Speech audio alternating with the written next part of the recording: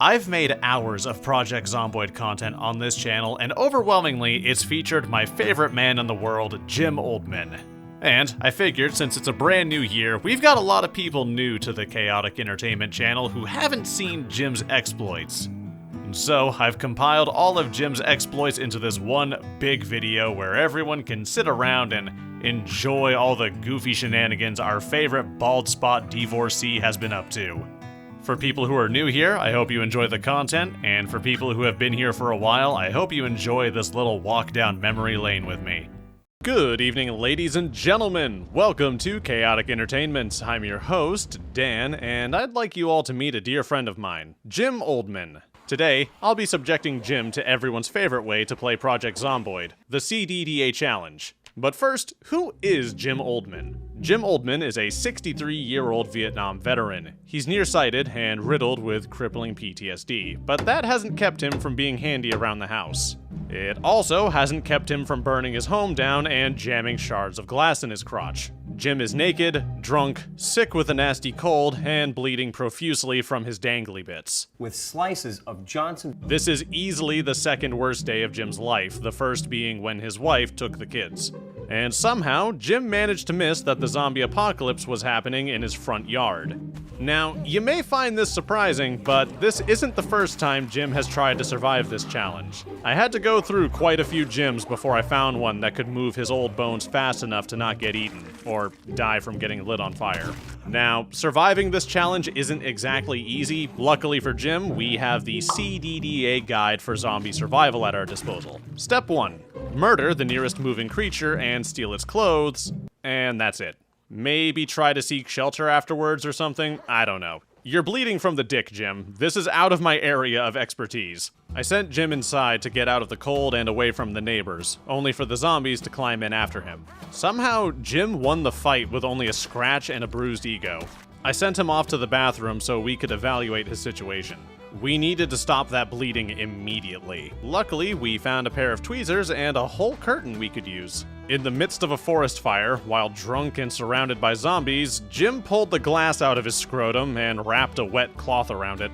The house was under siege the entire time, and I had no idea where all the zombies were. All I knew was the bathroom door was being pounded on, the window was opened, and the old man dove the fuck out.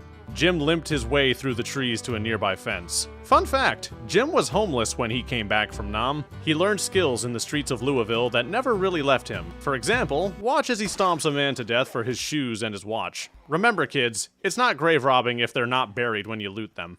After committing a little casual homicide, Jim took off into the woods. There was an old farmhouse to the northeast that he could hide in. If I could just get him away from the horde, I could start working on everything wrong with Mr. Oldman. Physically, I mean. No amount of weed or state-funded neglect is going to cure his countless mental illnesses. He limped past a campsite and made it to the house. A meat cleaver, canned food, no medical supplies.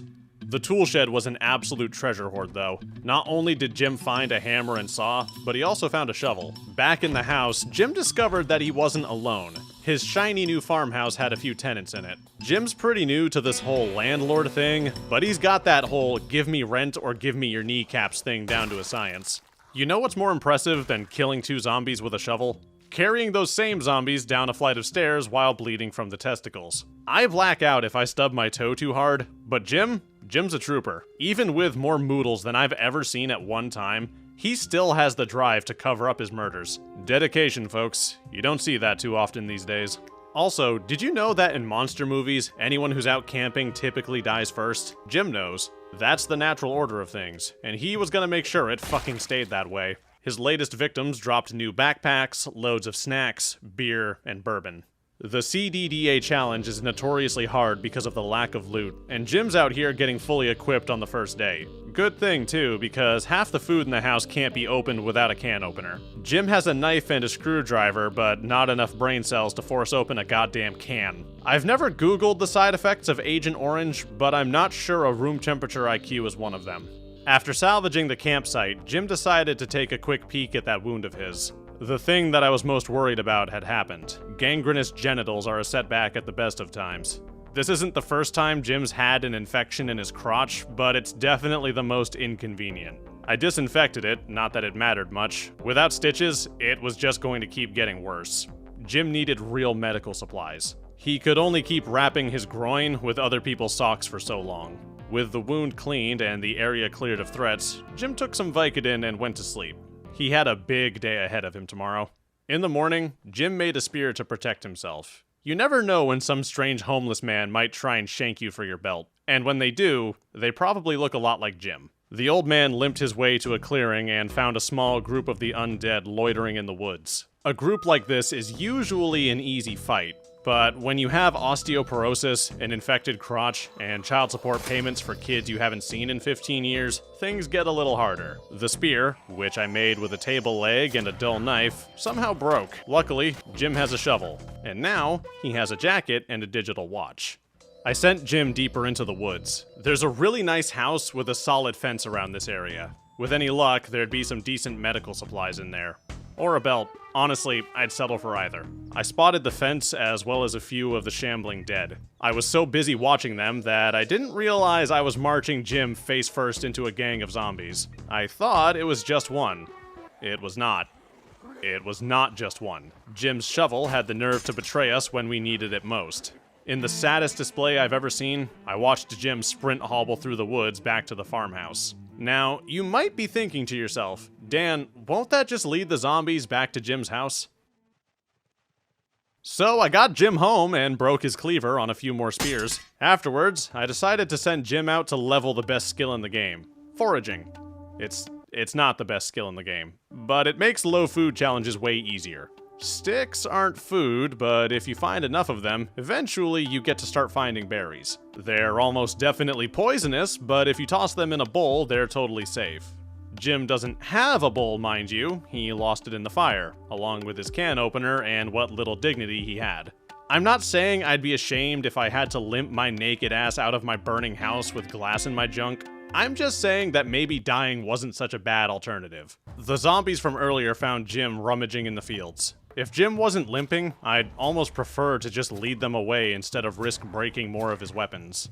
As it stands, however, Jim can't kite them very far without running. After feeling around in the bushes, I sent Jim back into the trees. Our hero broke his spear on the first zombie he bumped into. That's fine, he brought a spare. There was a police zombie with a pistol. He broke Jim's spear with his face like the selfish prick that he was. To make matters worse, his friends heard the commotion. It's hard to rifle through a dead guy's pockets when his friends are trying to eat you. At least Jim found a new pair of reading glasses. Jim cleared the horde and discovered the police zombie wasn't an enemy, he was a big bag of loot. Body armor, the pistol, a double holster, worth every moment of struggle. I mean, that pistol will almost definitely get Jim killed if he so much as looks at it. But that's a problem for later. Back at the house, Jim took a break while I weighed my options. I could keep trying to send him south toward town where there was absolutely great loot, but endless waves of zombies. He could wander off in a random direction and see where that would take him for better or worse, or I could send him northwest to a safe haven that's kept countless Zomboid survivors safe. I went with option 3. The forests in Project Zomboid are pretty safe for the most part. Even with the high population setting, you're not likely to bump into anyone out in the trees. The main road, however, that's a different story. Yeah, Jim almost died there. That's a lot. Imagine the smell coming off of that, like an esports player's bedroom. Thankfully, the zombies are a lot like most of the problems in your sad, miserable life. If you just ignore them, they'll go away on their own. Jim made a quick pit stop at the radio tower. There wasn't really much there. I found a dress inside the maintenance closet. That's weird. Just gonna leave that there. He took a quick nap in the chair, and then it was back to walking. Well, limping. After a few hours of stumbling through the trees, I saw it. The cabin. All it needed was the eviction of its residents. The best thing about this place is the well, but the radio's also really important.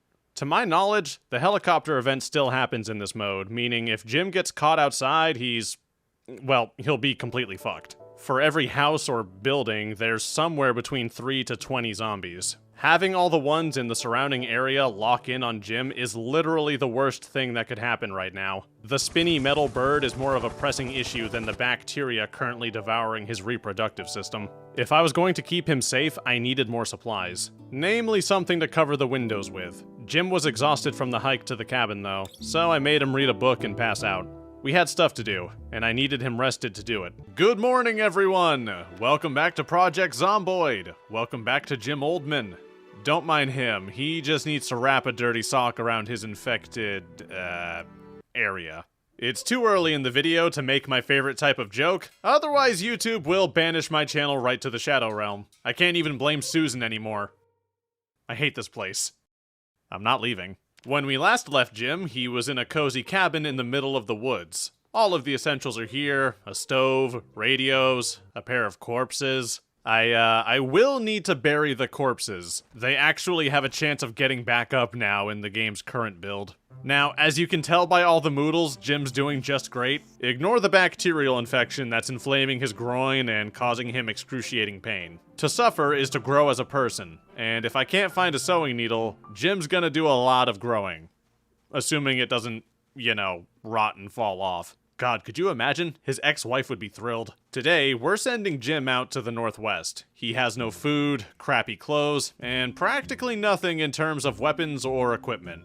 Last time we found this really neat bag. That'll be handy when I'm breaking into people's houses and stealing their shit, liberating their belongings from their neglect and mistreatment. In his current condition, Jim's not really much of a fighter. So, we send him tiptoeing through the woods into the field of hay. I don't know if you've ever seen what sneaking in this game is like at high speed, but it's definitely one of the best parts of this game.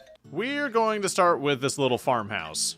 I've actually used this place as a base more than once in this game. I don't recommend it unless you have a car. It's really removed from, well, everything. We checked the garage first. Now, since this is the CDDA challenge, all of the loot's going to just be generally ass. Nothing good happens in this mode. To emphasize this, we only found a bag of plaster powder in the lockers. I did find some fertilizer and some seeds though.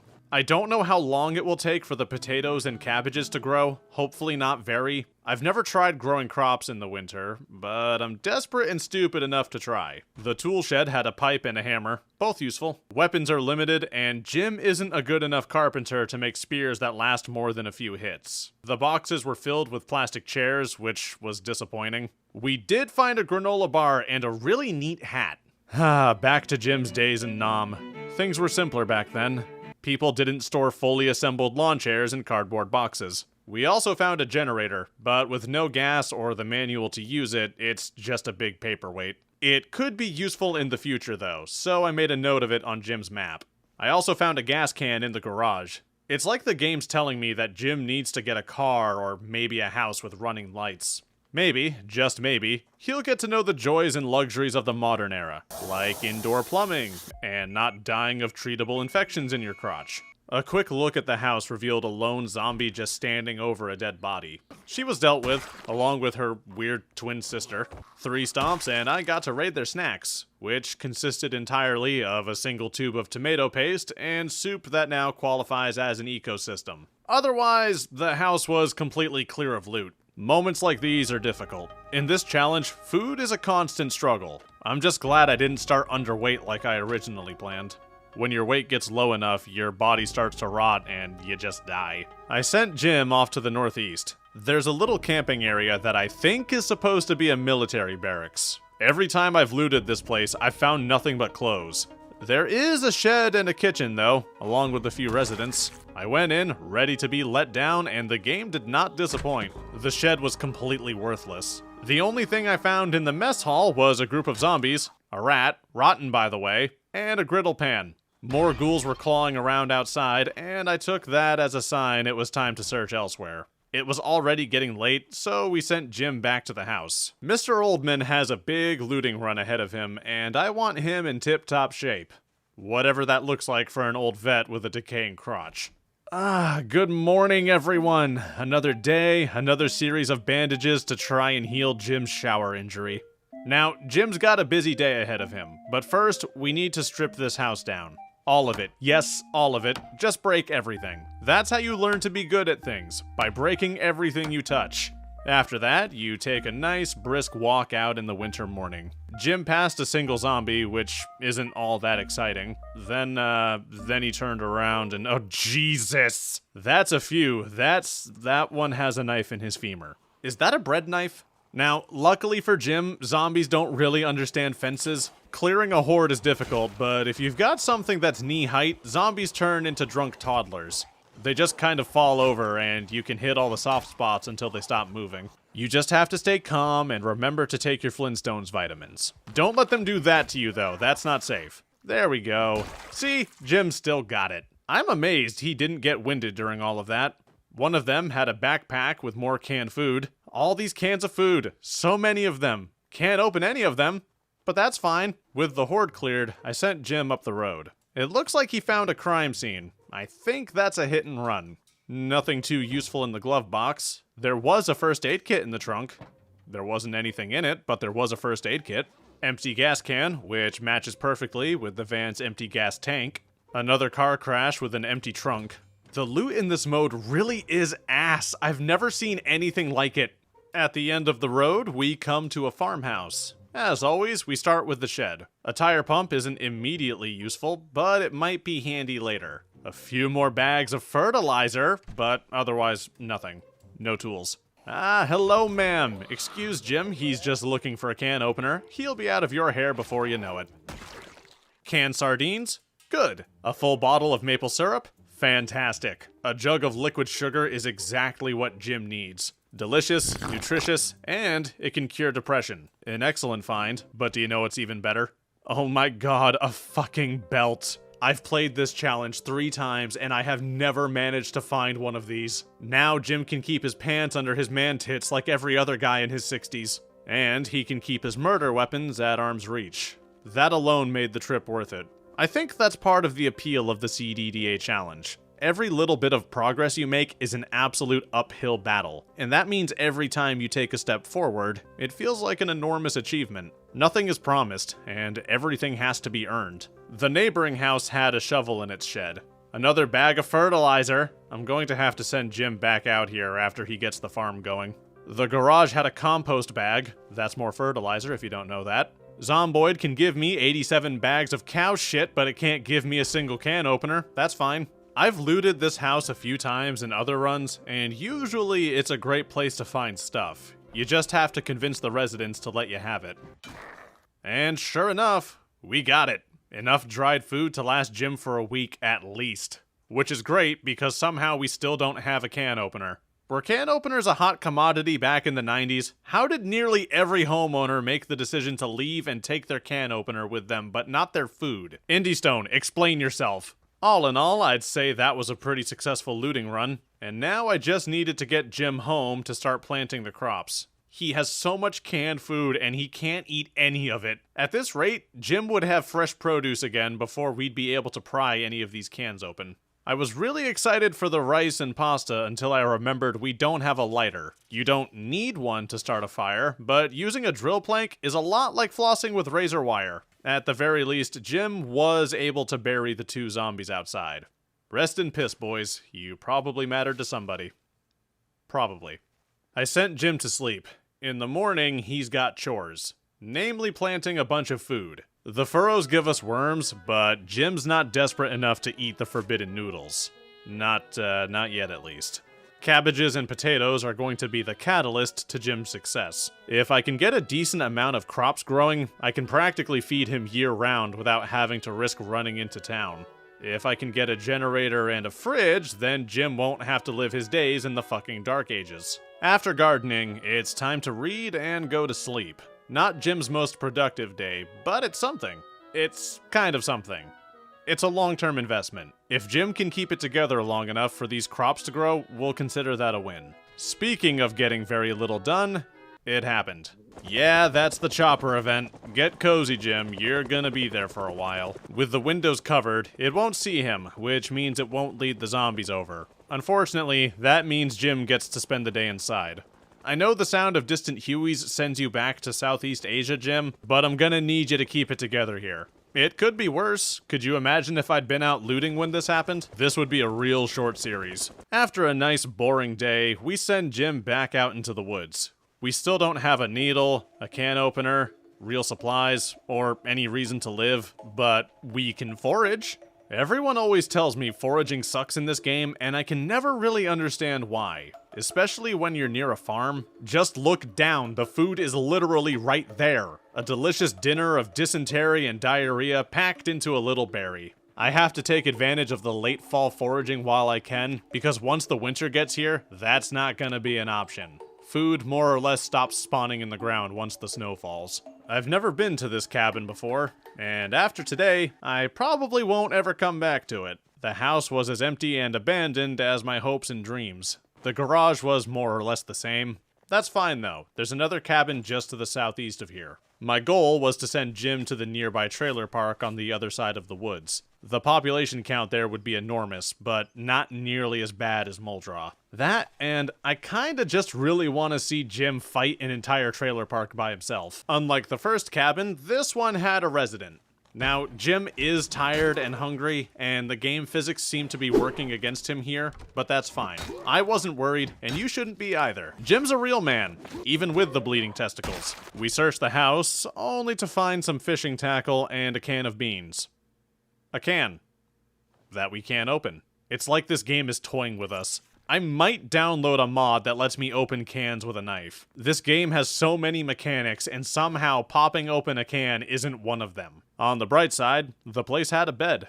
Of course, what's a night of sleep in Zomboid without a surprise visit from the neighbors?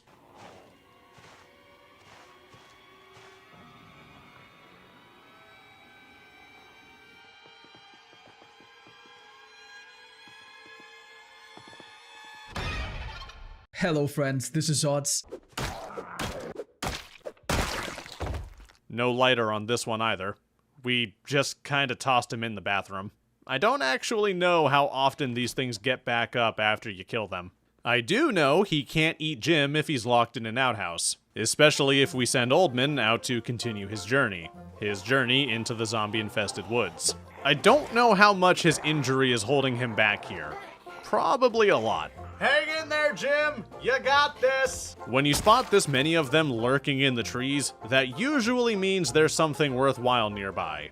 It also means that you're in immense danger. Every character in Zomboid is a complete waste of life and oxygen, and Jim is the rule, not the exception. But, sure enough, we found it.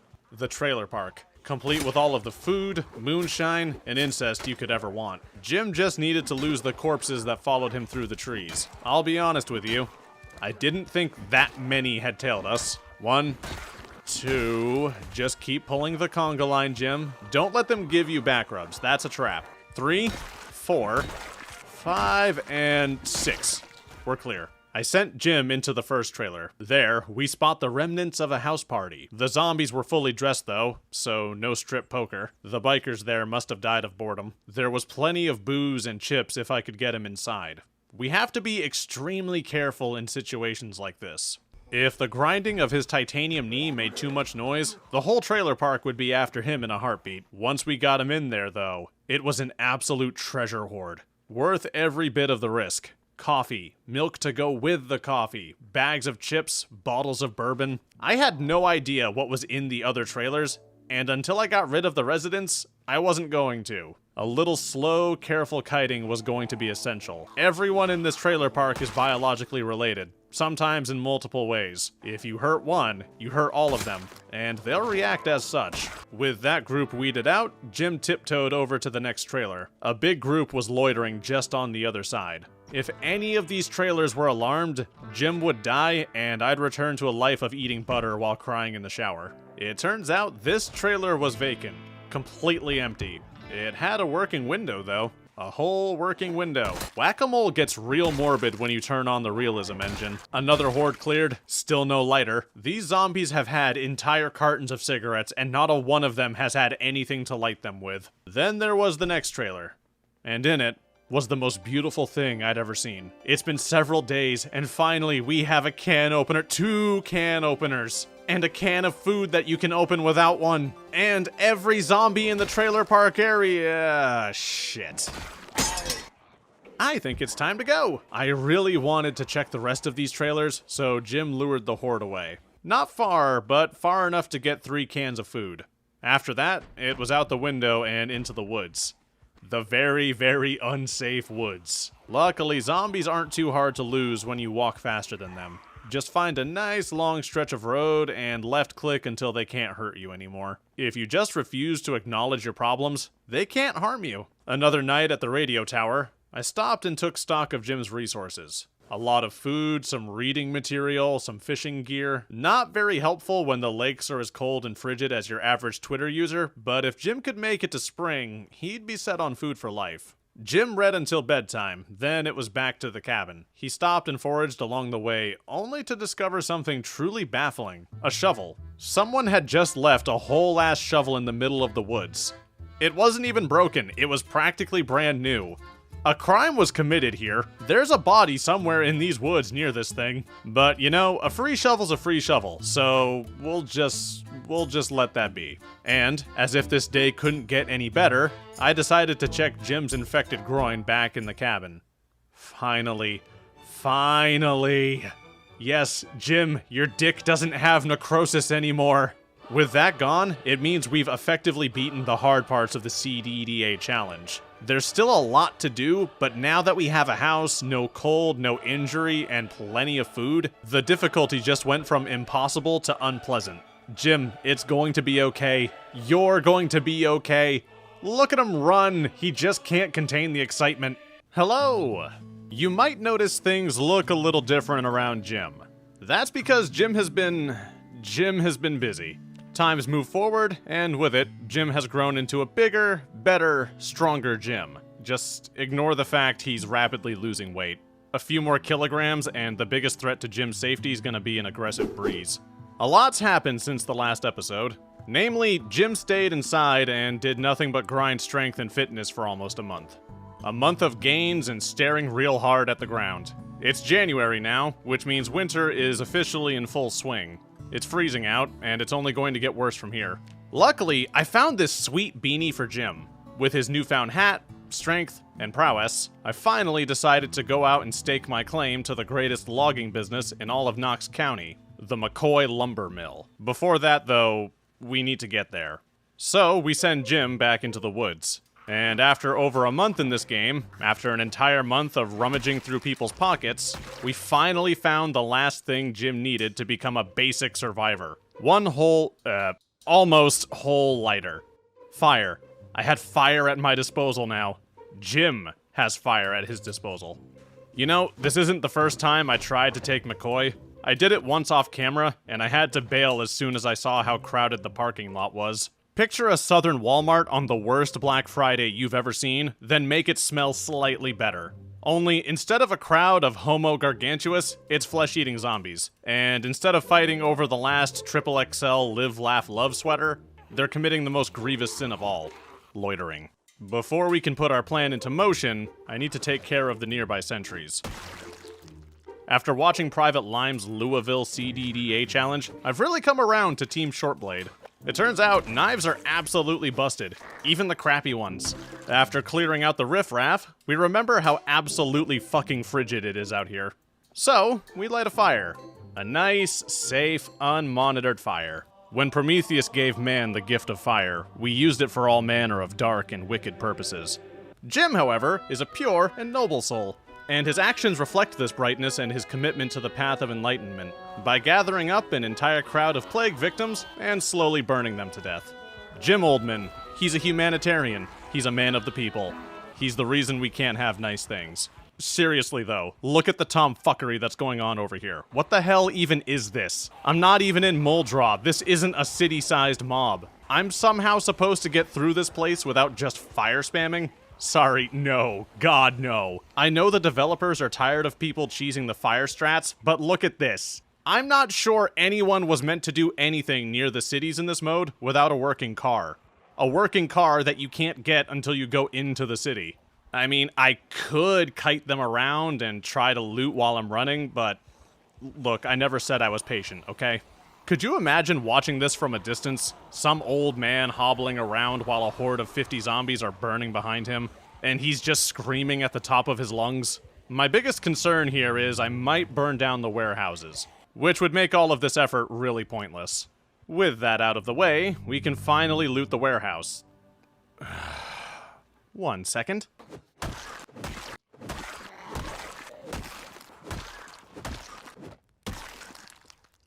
With that out of the way, we can finally loot the warehouse. How good is the loot here, you ask? Well, we found a key ring. That's pretty cool. That's pretty handy. But the rest of it? Terrible. It's fucking terrible. This place sucks. Everything sucks. Every other run when I've looted this place, the Great Spiffo has just unloaded his girthy sack of gifts on me. Not this time. I got some dank wood glue and a few boxes of nails. That was about 20 minutes of work for the world's worst cereal ingredients. And the cherry on this shit Sunday of an afternoon is Jim gets to sleep in a bathroom tonight. After that, it's back home. An absolute waste of a day. Every day spent killing zombies and getting nothing out of it is a kilogram of weight I can kiss goodbye. I had the audacity to look for tools and weapons rather than spending yet another day hunting for food. And at this point, Jim's at a bit of an impasse. Technically speaking, he could spend the rest of his life right here. If I wanted to, I could make a few runs to some houses and use whatever food is around to keep Jim alive while he manages his crops. You know, if I wanted to make the most absolutely boring Project Zomboid series imaginable. So instead, I've got a better idea. My plan for Jim goes a bit like this. I need to get a working battery for a car, and I need a manual on how to use generators. Once we have those, Jim can get a running fridge, lights, and we can move him out of the cabin into somewhere with more resources. If I can get him in a house somewhere near the river, I'd have unlimited access to fish. From there, that's it. That's all Jim would need to last indefinitely. But, in order to do any of that, we have to head into Muldraugh. I've been dreading this since I started this series, but I'm running out of choices. Now, we get to the main road, and we just keep on the straight and narrow. Just keep walking, Jim. Just keep walking. Look, Jim, it's the motel you had your honeymoon in. Look, Jim, it's the liquor store your alimony spent in. Look, Jim, it's the pizza place. Neat! The bookstore is a little ways further. If we can get there, we can kite them around the rear of the building and take off back through the front. Keep walking, Jim, keep walking. That is a lot of zombies. At this point, I made a mistake. My phone buzzed, and I looked down by reflex. I looked back up, and this happened. So, you might be wondering, how does Dan get out of this mess? How does Jim make his daring escape? Well, yeah. Sadly, this is it. This is the end of the road for poor Oldman. Did they rip his pants off?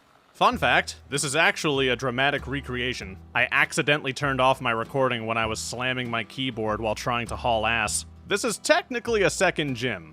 I couldn't find the first one's corpse. But I'm afraid that's it. That's the end of poor Oldman. A lifetime of carpentry, alcohol abuse, and serving his country. Brought to an end because I'm bad at things. The best part about all of this, even though he's dead, he's still trying to get back into the bookstore. Attaboy, Jim. You make me proud. I hope you guys enjoyed this series. Sorry for such an abrupt end, but, well, that's the whole point of Project Zomboid, isn't it? It's not a fair game, and that's part of the charm. For today's challenge, I'll be playing Project Zomboid as a character who is completely deaf. Normally in this game, your sense of hearing can be just as important as your vision, sometimes even more so. Now, instead, I get to bumble around in a world filled with zombies, alarms, and absolutely zero idea what's going on behind me. Returning for the third time on this channel is Jim Oldman, veteran, divorcee, and bald spot enthusiast. At the fresh young age of 67, Jim woke up one morning to discover he'd accidentally dropped his hearing aids in his denture cup. To complicate matters further, an unending horde of zombies lies between him and the nearest hearing center, which just happens to also be the Riverside Pharmacy. So now, deaf, frail, and afraid, our favorite geriatric has to fight to get his hearing back. But he's not entirely alone. Someone's been watching Jim struggle, and they'll come along from time to time to cheer him on. In other words, this mission of Jim's is on a little bit of a timer. If the helicopter event hits and I'm not aware of it, Jim is more or less a dead man. Now, for this challenge, I didn't actually take the deaf trait. I wanted to make it so you, the viewer, could hear everything that was going on. So instead, I just unhooked my headphones, and I played without them. Enjoy hearing all the looming threats creeping up on me that I am completely oblivious to. We spawn in Rosewood, the area I probably know the least about in this game. Now, as with all Project Zomboid characters, we start by stripping my house down to the nails and taking everything we can. Absolutely everything. And even if it is nailed down, you get a hammer and saw and you take that too. Sadly, Jim doesn't have any hardware, so we have to settle for this. Technically, it's a weapon. Technically. And as luck would have it, my neighbor's house happened to spawn a prison escape event. Oh, hello. Hello, my good criminal. I need your bag. We'll just put that on my back. Don't suppose either of you strapping fellows might have some weapons on ya. The house might have been empty, but a free duffel bag is a free duffel bag. Then, our Lord and Savior, the Great Spiffo, smiled down on Jim when he spawned a particular zombie right outside. The world is so nice to me. Hi there, friend. What are you doing out here? Put that on my back, put that on my belt, put that on my wrist. Jim, we're going back to Vietnam, buddy. Who am I kidding? You never left. After all this excitement, it was time to move on to Jim's next challenge. Crossing the street. Alright, they heard the house is for sale. They're coming over for a tour. Jim, why do you have to be so weak? Oh, wow. Okay. You know, I was gonna shit on you for, being physically frail. Jesus Christ. But you just killed that man in like 3 stomps. You would make a great gang member. Now, I've got all of this neat stuff. I've got all of these goodies. I've got all of these nice things. But I don't have a weapon, which is frankly concerning. Apparently they didn't hear that either. Oh, that is, we're not gonna fight our way through that. Excuse me. Looks like that one's got a garden fork stuck in him. Don't mess with Jim, bro. Don't mess with Jim. Do not. Under any circumstance. Mess with Jim. Anyone out back? Nope. Okay, let's get this window open. Let's get this bread. Any minute now. Okay. This is a great angle because I can't see anything over here. Oh god, I saw the moodle. Is it just you? Did I see another one? Are you bringing a friend? Alright, screw this. I'm just gonna break the window. Oh, this house isn't gonna have shit in it, is it? Oh, okay, well, ask and you shall receive. Okay. Pickles? Hell yeah, I'll eat some pickles. I'll eat some pickles right now. Room temperature pickles that have been sitting in a fridge for a month. Hell yeah. Is that shed within my grasp?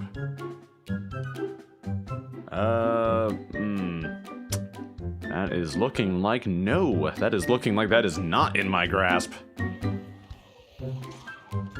Give him the runaround.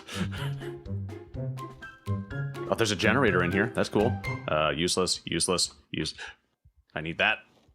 And now I need to leave. And then after that, the third house I check in this run would happen to have the best comedic timing I have ever seen in this game. Man, it would suck if there was a house alarm going off right now. With absolutely no way of knowing that every single zombie in a 20-block radius was now homing on my location, I casually sauntered my way over to the nearby fence. I wanted to loot the school and see if I could find some things you'd often find in places like those. Candy, cigarettes, chocolate, loaded firearms, an entire copy of the Book of Mormon, 5 ounces of shrooms, the normal stuff. But sadly, that didn't quite pan out. Instead, I decided to make up for Jim's lack of auditory senses by making him completely exhausted by climbing a fence. It took me about 3.2 seconds to realize my mistake. I am the dumb. I am the big dumb. We'll just scoot away from here. Man, Jim, you really just can't have anything nice, can you? I am now faced with the realization that it is probably not much safer in here than it is out there. It was only 3:40 p.m. and Jim was experiencing more fun and excitement today than he had for the entirety of his marriage.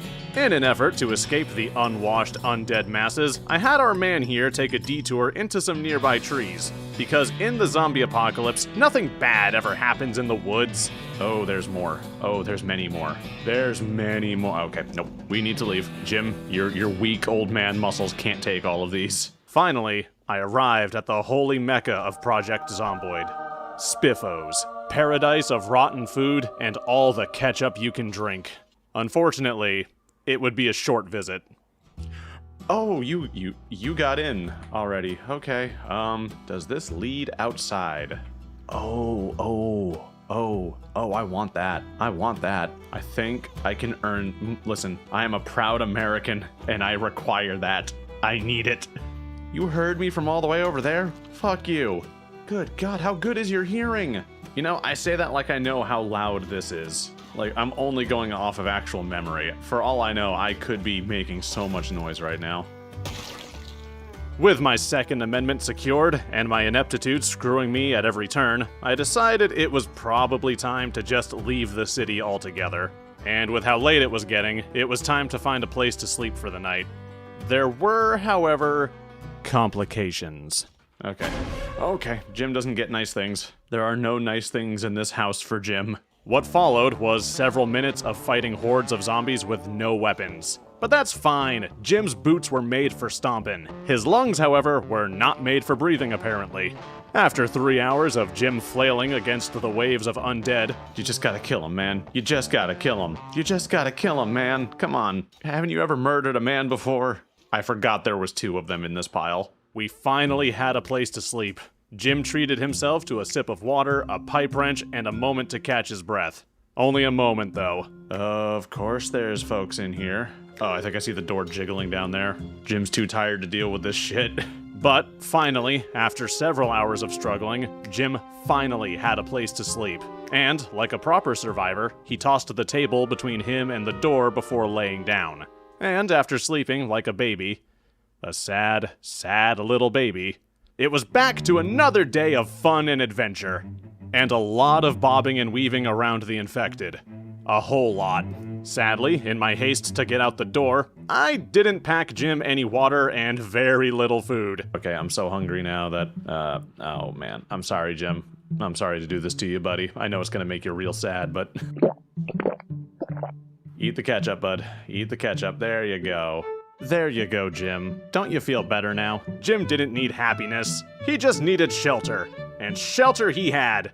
There was absolutely fuck all for loot, but hey, it had walls. It had a place to sleep. And I mean, a place to secure some sweet gains. The rest of the nearby houses had pretty much nothing in them.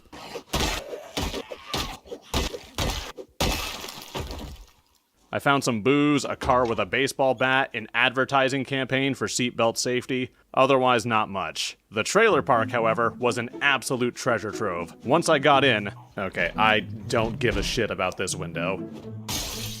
Jim was set to go. Food, water, an ambulance I couldn't steal. We were living the dream. And that dream only got sweeter when I found the little farm village to the north. A survivor home waited there for us, tempting Jim with its sweet, boarded-up goodness. And, just like his marriage, it looked amazing from the outside. But, once he was inside, it was cold, barren, and 2 other men were already involved.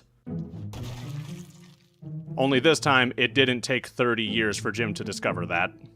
Food, metal pipe, cherry. Are you serious, dude? Did you guys really have nothing of note in here? No, instead, the real treasure was further on through the fields. A police event, just waiting for someone to make the most of it. And not only were there perfectly viable cars there, the zombies were carrying more food for my very hungry Remington. After living out every sovereign citizen's dream, I turned off the lights and I helped myself to the ammo that just fell into my lap. A quick check on the car told me it was in fantastic condition. Even better than the 28-year-old Chevy Nova Jim had to drive around in after Linda took everything in the divorce. All it needed was a little air in the tires and it would be good as new. I just had to make sure Jim didn't hit anyone and destroy the engine. This was around the time I remembered that I had 1 spare point when I was making Jim, and for some reason, I decided to make him an aggressive driver. I'm not good at driving in this game at the best of times, and these are not the best of times. They're pretty close though. After the safest, calmest drive of Jim's life, we came to stop at a random tire change event. I discovered I didn't have any containers to siphon gasoline on me. I don't know why, but I decided to throw away all my spare water bottles. And that sucked, cause that sports car, it was in great condition. but without any bottles, I couldn't fill its empty gas tank. Instead, I had to settle for stealing a tire from a nearby wreck and throwing it onto my police cruiser. I do have to say though, I'm pretty impressed. Jim has no mechanics experience, and it only took him 2 tries to get that tire on. Okay, but like, why the fuck can't I have anything nice in this game? It took me about 3 minutes to realize what happened. Did my tire break? I wasn't, like, hallucinating earlier, right? I replaced that tire. Then another 30 seconds to get my car stranded, along with pretty much all of my possessions that I tossed in the trunk. Oh, wow. Okay, hey, I would love to check those for... Oh, God. Okay, well, there goes the car, along with whatever stuff I had in there. Thank you for all you did, car. You were the best of us. There's no justice in this world. Good people are made to suffer all the time, especially if those good people are me. No one has it worse than I do. And the icing on this cake, all of this happened just in time for Jim to start getting sleepy. On a road with no houses. So, our favorite deaf old man was going to have to sleep in an abandoned van. Did you know sleeping in cars in this game actually terrifies me? I hate it. I hate it with a burning passion. And with Jim being deaf, I'd have no way of knowing if I was in danger until there was already a zombie chomping on me through the window. So, after obsessively scanning the area for several in-game hours, Jim finally got to pass out. Good morning! A new day filled with rain and suffering awaits you, Jim. I love that he's just unbelievably thirsty while water is falling around from the sky. The absolute irony. But Jim's luck was about to turn around. The joy of homeownership awaited the man. Nothing bad was going to happen to anybody today. I found the emergency broadcast channel, which would have been useful in literally any other run, but not for old Jim here. Jim doesn't get to have the luxury of hearing. He does have the privilege of finding a key in a cupboard. A key to not just a car, but a key to the car. Mint condition, nearly a full tank, whatever color this is. This chariot was going to carry our boy Jim across the finish line. The zombies were so excited for him that they were throwing a party down the street. Oh, I can do this? Okay. Seems a little cheap, but hey, whatever. Okay, well, bottles and food for yes, give me that. Jim needs this. Jim has earned this. I don't really want to drink the alcohol because I hate to do this. I'm gonna pour this out. God, any other playthrough, that would be so wasteful. Oh. Hi, how long were you here? Well, that's awkward. I should be dead. Okay. Oh my god, I should be dead. And after loading up on all the empty calories an old man could ever ask for, it was off to bed. Tomorrow was going to be a big day. And to celebrate the occasion, Jim was gonna make a really neat candle. And then, it was time to go down the road into Riverside. I had a plan. It wasn't a good plan, but it was a plan. First, I needed to make some sanctuary, a place Jim could run to if things got too hairy in the center of town. There we go, okay. You've got it, Jim. You've got it. Look at that. I knew you could do it, buddy. I knew you could do it. Okay, starting to get a little bad. Starting to become a problem. Starting to become a problem, Jim. Oh, is that the officer zombie? I didn't realize I crippled him. Are you shaped funny, or do you have a backpack on? You're just shaped funny. I know it's not socially acceptable to ask people if they're shaped funny, but, well, I feel like he is. Hi. The reward for Jim's efforts? Another thing of shotgun shells, and a safe house to hide in should everything turn to shit. Then it was time for a leisurely stroll through the nearby gated community. Oh, why is that blocking the intersection I need to go through? Excuse me, sir. Excuse me. Well, not a stroll, a drive. No way in hell was I going to make Jim walk around here. No, instead, I drove Jim to the construction site, and then it was time for my master plan. I wanted to get as many zombies as possible away from the busier parts of town without getting the entire city after me. What better way to do it than by going to the outskirts and letting off the 12-gauge Jim's been cradling this entire trip? Ooh, yep, there's the crowd. Jim's aiming skill might have been absolute dog water, but hey, that was rapidly changing. Oh, that might be useful. Hang on, I think I might have just made this easy. Man, this is so dangerous and stupid. Don't do this. What I'm doing right now, don't do this. This is bad. Jim, why are you panicking? Things are going great. Just don't turn around.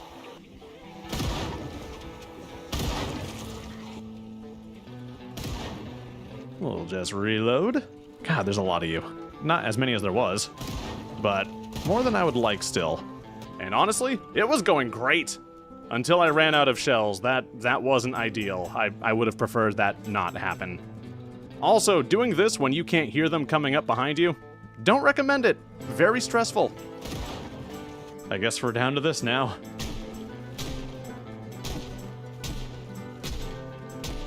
Once the handgun was empty, I switched over to my Molotov only to make a very unfortunate discovery. You can't light Molotovs with matches. It has to be a lighter. And Jim's lighter was all the way back in Rosewood in the police car he totaled. So instead, it was time to switch to All Reliable.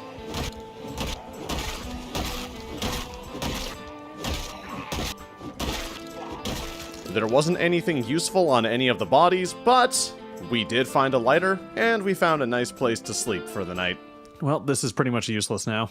Thank you, Remington. I will never forget you. Wonder what this says.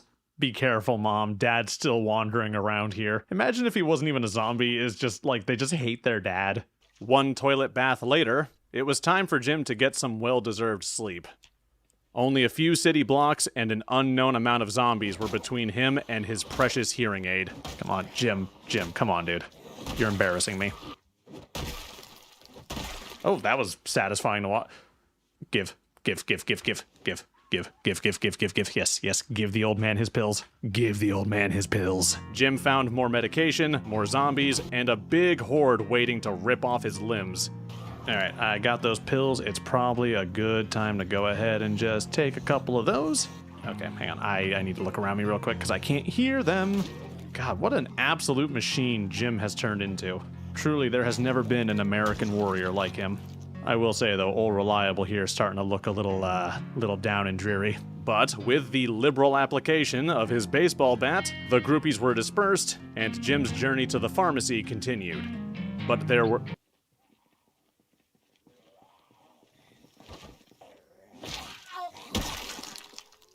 were way too many zombies. Way too many. Even with fence combat and a high fitness, Jim couldn't possibly handle all of these with his baseball bat. I needed a plan with tact and delicate precision. And by that, I mean I threw a firebomb at them and I started running in circles. A beautiful bonfire was lit just outside the Riverside Yacht Club. I didn't get anywhere near most of them, but I got some of them, and isn't that really what matters? I have a level in sprinting, so I'm a bit faster than I once was. Now go into the group there. Come on, bump each other. There we go. That's what we need. This is what I'm after. Now, this won't deal with all of them, but it will be something. Can the metal structures burn down? They can for some reason. Okay. Pretty sure that is a steel fence that is burning, but hey, I'm not a physicist. I don't claim to understand how fire physics work, but you know, okay. I know this is such a cheesy way to deal with these problems, but at the same time, I just don't care. That is just too damn many. Oh, okay, so, I think they're starting to go down now. Good. I'm glad. Oh, don't catch yourself on fire, Dan. Don't catch yourself on fire, Dan. Oh, that was almost bad. I was not looking where I was going. I was admiring my stats. Yes, admiring my stats. I almost died because of vanity. And I'd do it again. Jim's like that, you know? Can you guys, like, die faster, please? Please? Man, I don't like you. I don't like any of you. I don't like any of you. And I feel like your parents don't like you either. That's why you're like this. Well, is that technically a forest fire? I don't know. Well, Jim, you're an eco-terrorist now. Well done, buddy. Oh, wait, no. Eco-terrorists are people who do terrorism to help the environment. You're just an asshole. And not only did Jim inflict great harm to the local population, he also managed to destroy the local ecosystem. Just like back in Nam. Then, we cleaned up the stragglers, and we entered the prescription paradise that we have fought and clawed our way to. There was only one last obstacle between Jim and his prize, a security door. But Jim is nothing if not determined. My favorite part of listening back to this footage is there's a zombie trying to break down a door in the neighboring building, and I could not hear it. We are brothers, they and I, both weakly and sadly trying to bust down a door to get to a prize we crave. Jim's is a tiny speaker that makes voices audible. Theirs is a feast of wrinkly, leathery old man meat. And with the door down, Jim's quest was finally completed. After that, we robbed the entire pharmacy, went back to his car, and decided to set out to find a nice comfy place to wait out the apocalypse.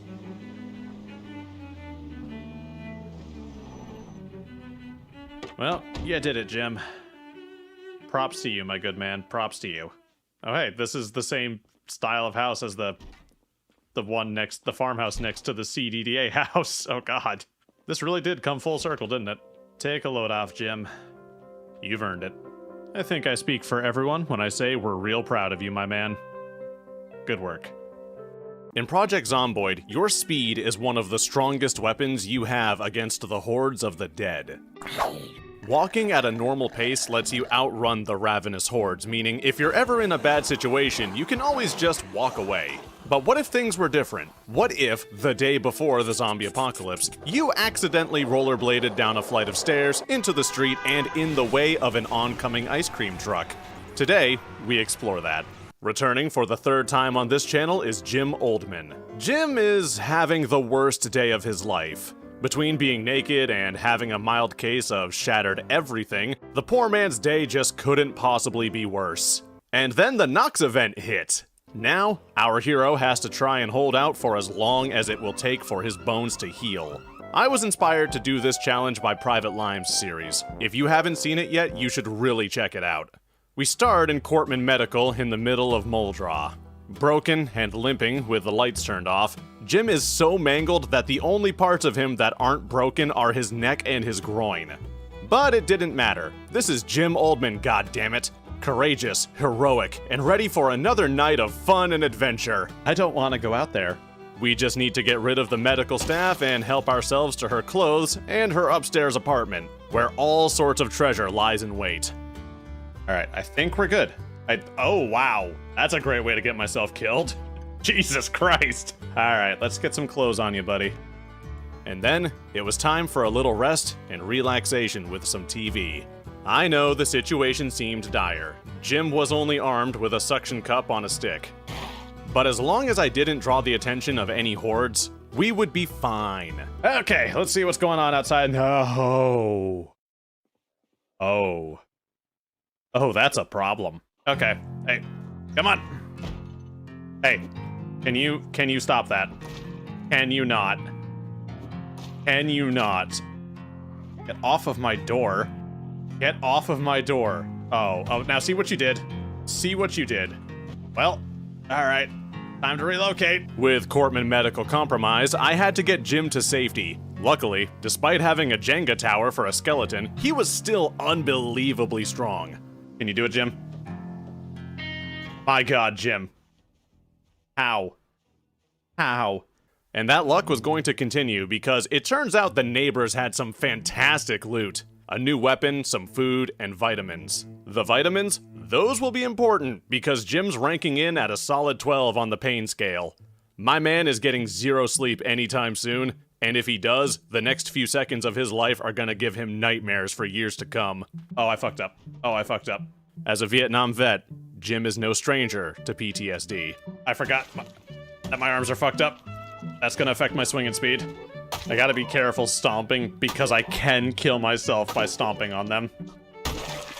Close the window. My temporary residence has a few corpses in it, but hey, that's fine. What new house doesn't come with a couple? They're like a moving gift, you know? Now, for Jim's next trick, we will cross the street. We will cross the street oh, that's a lot of them. Very slowly and carefully. Nice magazine. I can't read that. I don't know why I keep checking the bookshelves. I can't read. Oh, fuck, that actually startled me. God damn it. Can you open? Can you open? We were 10 hours in, and Jim had managed to successfully get into 2 houses. A lot of effort, but effort that wouldn't go unrewarded. Chips. Dead mouse. Hang on, I have an idea. Now that Jim had a kitchen all to himself, it was time to show off his culinary expertise. Watch my man cook. We're gonna add the dead mouse I found in the drawer into the stew. This is what you left, Linda. You left this. Alone. With access to cooking supplies. Why did you do this to us? There we go. Look at that. That's a fine meal right there. We'll just turn that on. You're about to be so well fed, Jim. All right, and we're gonna just scarf down the whole thing. Wow, 123 hunger just gone right there. Bottoms up, buddy. Look at that. Look at him just scarfing that down. That's unfortunate. Jesus Christ. After a bit of food and some TV, we scoured the house. This man has no curtains in his bedroom. What is with all the guns? Jim was armed to the teeth and ready for action. In theory. If I so much as thought about firing that thing, that house would be Jim's final resting place. The zombies would absolutely bite their way through the house's crunchy outside to get to Jim's soft, gooey, geriatric inside. Instead, through the careful use of a fence and Jim's broken feet, we removed the hordes near our new home. Come on, kill him. Oh no! Okay, okay. We're alive. We're alive. Everyone's okay. Everyone just relax. We're just gonna go back to our house now that I have thinned the population. And then from there, Jim kinda didn't have anything to do. With how hurt he was and with how dark it was getting, I really couldn't do much with the man. So I settled for sealing him away in his new bedroom and forced him to practice reloading. You know, for that gun he was never gonna use. And with a brand new day ahead of us, we sent Jim out to check the neighboring houses. My goal was pretty simple. I just needed to find enough food and supplies for Jim to live long enough for his legs to mend. If I could get Jim's mobility back, even if only slightly, it would make a world of difference. Or even if he kept the severe limp, having arms that could swing would work too. As it stood though, Jim was one minor scrape away from exploding and dying. But that didn't keep him from exploring the amazing world around him. Oh god, that could have killed me. That could have killed me. You could have killed me. You oddly dressed bastard. Tacky looking bitch. And while the houses had some loot, they weren't the most interesting part of that day. Let's go check out this car. If this car has a key and it works, that's fucking GG, you know? Like, that's it. Okay, let's go in. Has a key, okay. Do you have gas? This challenge might have just gotten a lot easier. No gas, shit. The car might have had no gas, but it had a battery and a key. That's 2/3 of a solution to most of Jim's problems right there. For now though, it was time for Jim to get back home, grind some levels, and then finally try to get some sleep. Alright, that should be good. Oh, god damn it. Yep, this is gonna be a problem. Oh, this is gonna be a problem. Well, I'm getting little, like, spurts of sleep. I'm gonna, like, sleep in, like, 5-second intervals. Oh, it's just in time for Jim to wait. Yep, god damn it. After a wonderful night sleeping in 10-second shifts, it was time for a field trip. Where to? Why, the local convenience store, of course, which would hopefully have booze, coffee, and whatever else I could use to keep Jim's mood and energy up. What I was mostly hoping for was just a bag of dark roast that I could give Jim to snort. And this would be an amazing decision because holy hell, Jim found an absolute treasure trove. Big bags of produce, pints of Ben & Jerry's, all the carbs I could eat, and most importantly, coffee. In an emergency, I could cure Jim's fatigue and get him right into fighting shape. It would dehydrate him, and it would fill him with crippling depression, but I could not give less of a flying fuck about that. If the VA doesn't care, then I probably don't need to either. Besides, look at all the cute little shuffle sprints he's doing with all this excitement. That's a happy man right there. I love the visual of an old man in a belly shirt, a puffer coat, and a newspaper hat just hobbling down the street with a big trash bag and a meat cleaver. Just a normal day in Knox County. Nothing unsettling there. Unrelated note, if Jim moves to your neighborhood, lock your goddamn door. The rest of Jim's day consisted of watching TV, murdering the neighbors, then covering up said murders by jamming their corpses into his dresser. Zombies were drawn to the house like a beacon, and I still don't know why. Watching the footage back, the TV is at the quietest setting and every window is covered. I genuinely have no clue what their problem was. Maybe they heard about the weird hobo that was stalking the alleyways the other day, and were trying to deal with him. You know, to save their property values. To stave off boredom for Jim, myself, and the audience, I had Jim scout the area more. The hordes were thin, and Jim usually only had to fight a couple of them at a time. Until I saw what was at the end of this street. Ooh. That's too many. That is too damn many. A horde, but one I could choose to ignore. I didn't care about them, or really even the house. I just wanted the tool shed. If I could find some gas, Jim would have a working car. And that was exactly what I was about to do. I can't sneak still. My stealth is still fucked. I am still unable to bend my knees. But if you think the fact I had fuel was the best part of that day, boy, you're in for a surprise. Oh, you actually followed me. Okay. Oh, wow, wait. Oh, you guys are fucked. Jim's combat capabilities just skyrocketed. He could slug zombies hard enough to down them with almost no effort. He could also jog now, albeit with a very bad limp. This, however, meant Jim could put everything he learned in Vietnam to good use. And how would Jim celebrate this development? By scouring more houses, committing several more felonies, and watching TV in the bathroom like an absolute gremlin. Jim was living in so much luxury that he'd managed to put on a few kilos from all the eating and lounging he was doing. Even during the zombie apocalypse, he was still living his best life. The good times, however, would eventually have to come to an end.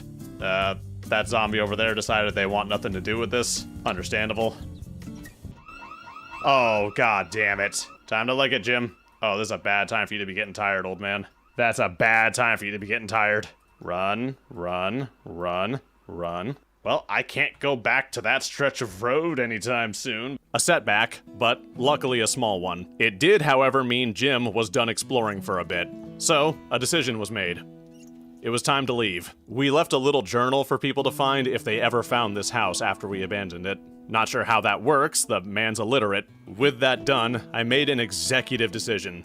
We were leaving Muldraugh altogether. Jim needed to heal and recover, and sitting in the middle of crowded suburbs was not the place to do it. Instead, we headed up the road to find somewhere a little more remote. And along the way, Jim found unbelievably good loot. I'm stopping the car for a second. There's probably a trauma bag in that ambulance, and I want it. Don't see any zombies. Let's get to the ambulance. Yeah, baby. Is that a sledgehammer? Really? Yeah, guys? Goddamn, Jim. Maybe the world is making up for how just awful to you it's been. One small drive and a quick jog through the woods later, we arrived. A farmhouse, complete with a well, tool shed, and crop fields for Jim to forage in. All he needed to do was evict the current owner. With that done, Jim had an enormous two-story home all to himself, which meant our next big task was waiting for the helicopter event to pass him by. Oh, that's the helicopter. We'll just have to hang here until... Why did you aim before you went to sleep, Jim? You threatening the door?